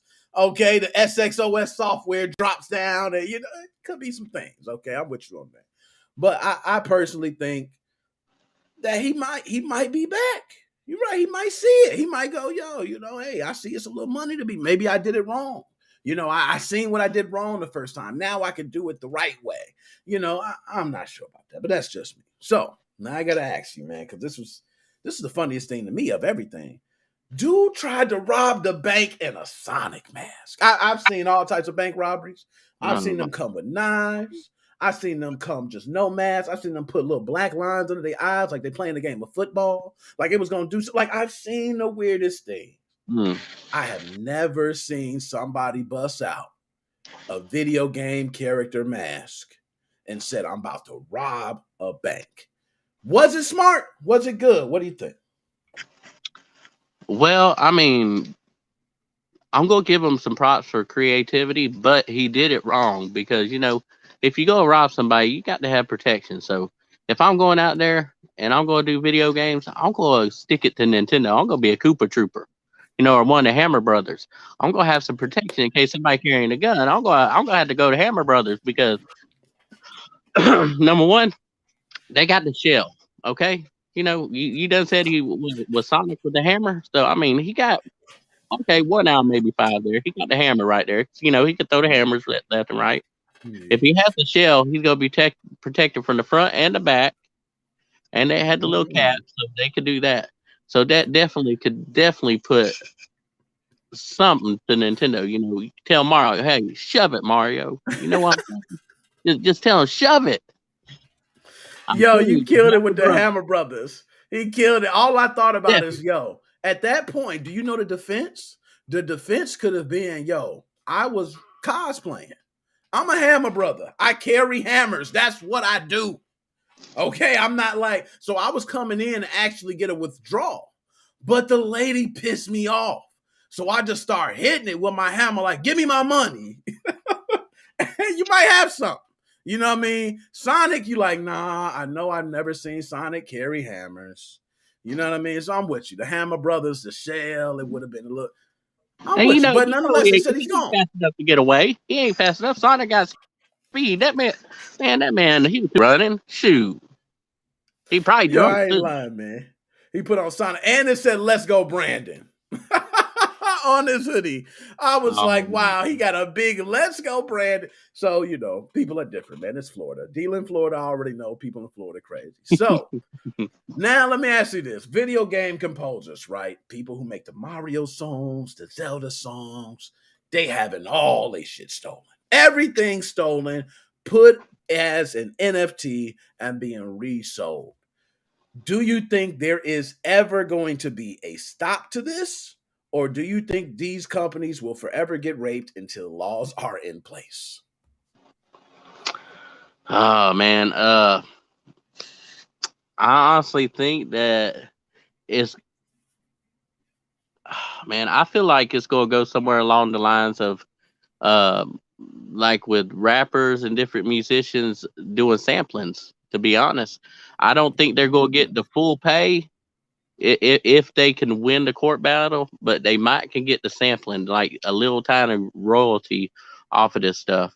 As far as the metaverse, like you were talking about with the last podcast, if it's got to go to a metaverse court, or that's what they're trying to say, a metaverse court, man, it might be some screwy type stuff there. So you never know. But I feel like it could be sampling, where they get a percentage of a royalty, and at least both parties could be satisfied. No, I can see that. And actually, you're right. That would be pretty good. That way they still do receive some revenue from it. If it happens to where their digital asset, blows up, goes crazy, they keep receiving some type of royalty or something from it. I agree. I think that's a perfect solution. Whether it worked for them, I'm not sure, but I do agree. That is something. Now, I got to say one last thing, man, I really want to talk to you about this union busting message. Now, you and I both know how jobs are, right? When you work hard, man, you working for these jobs and you looking at the big man up there in a booth with his platinum suit on, just looking down like I'm loving my workers making me millions of dollars. And you like, man, this is ridiculous. I feel like we being treated. He's never been in our shoes. He don't even know what it feel like. Okay. But you working one day and you get a message. So you fighting your ass off because you being treated like crap. And you like, man, I could be fired any day. I'm scared to go home and tell my wife I'm going to be fired. So you trying to get a union. And next thing you know, you get a message. And this message is not only downplaying your union. It's pretty much saying, bro, you stupid. You dumb. What are you doing? You trying to stop us from making world-class games? We'll fire you. Okay, stop it. What do you think about Activision Blizzard putting out this union-busting message telling everybody that unionization shit ain't going down? Well, it's sad in a sense, but the thing about the old saying, money makes the world go round. They got the money and they got to say, man, it's a sad thing. They basically hired on that company that they bought, and because they didn't have the union to begin with, man, they kind of got screwed over in the grand scheme of things. And man, it shows you just how greedy these companies are, and that they're looking out for the profit margin. The penny is more powerful or more valuable than the person. And that's sad, man, because I've seen it in my job life, working as a nurse myself. That's one job I got rid of when they got to seeing that the penny's more powerful than the patient. And other things in life, man, it's just a sad thing. And you hate to see it like that, but man, it goes in every aspect. Whether it's just patient care there or even the video games, man, it's a sad thing. Sad. Man, you preaching right now, because as soon as you said that, the first thing I thought is I remember working next to this millionaire named Frank Watson. He used to walk by our desk all the time and just make sure we're working. And all we did was set appointments for people to sell a window. And the window was costing thousands of dollars. And you know some big houses, they got hundreds of windows. They would tell us, if our sales guy sells a window, you get $50. So I don't care if it's a $1 million mansion. I don't care if it's a hut of a house. I don't care how many windows it got. If you can get the guy in the house and he makes the sale, which means he's getting paid, they getting paid, we give you $50. And that was the moment I realized how capitalism really was working. Okay, and I said, nah, I can't do this, man. Y'all gonna have to pay me a little more or something. They say, hey, we can't. I walked up out of there, and I've walked out many of jobs too. Okay, I've walked out many of jobs, so I'm with you on that. Now I know I'm way over time. Okay, I was supposed to be, I had somebody else. I'm like, they dropped out. They was waiting. I hope that they come back. But my man Joshua Drake, Becoming Undone. I want to say I appreciate, man, everything you're doing, holding down, man. I can't overstate it, understate it. It goes, man, with so much love, man. I really appreciate it. Any last words you got to say before you out? Hey, like Joe said, like and subscribe to the channel, share all the podcasts, and I'm going to break it down like the hood right next door to me. Man, you got to bring that lunch money, the change, the ties. I'm going to tell you, brother, you bring in the ties to Nick Mo. Bring in more than what you give to the preacher, more than you give to the federal government, more than you give to your family. You bring it to Nick Mo. I said it. Yeah, we got to do some skit with that, man. We got to do some skit with that. Give them your money. So, hey, we going to talk about that, man. I agree. They do need to go ahead and break them ties up. Tax time coming. Okay, if you got 20 kids, split them up. You can only get so much. Okay, you need to be talking to somebody. Hey, can you file some of these? Because I got too many. Okay, you need to be doing something, but collect your ducats. Man, I appreciate it. And as always, I'll be hollering at you later, my dude. I got the MoFam. Later, my dude. Yo, wonderful show, man. I ain't gonna hold up too much. We talked enough. I have 2 Nintendo Switch videos that will be going up tonight. Facebook page.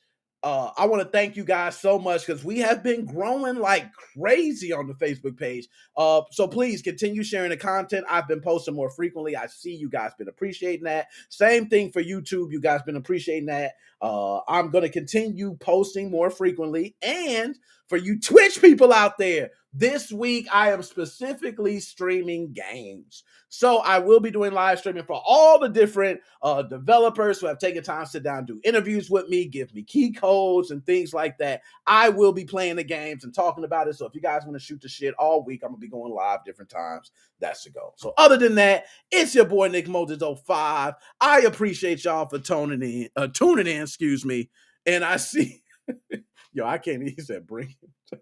Yo, we out, man.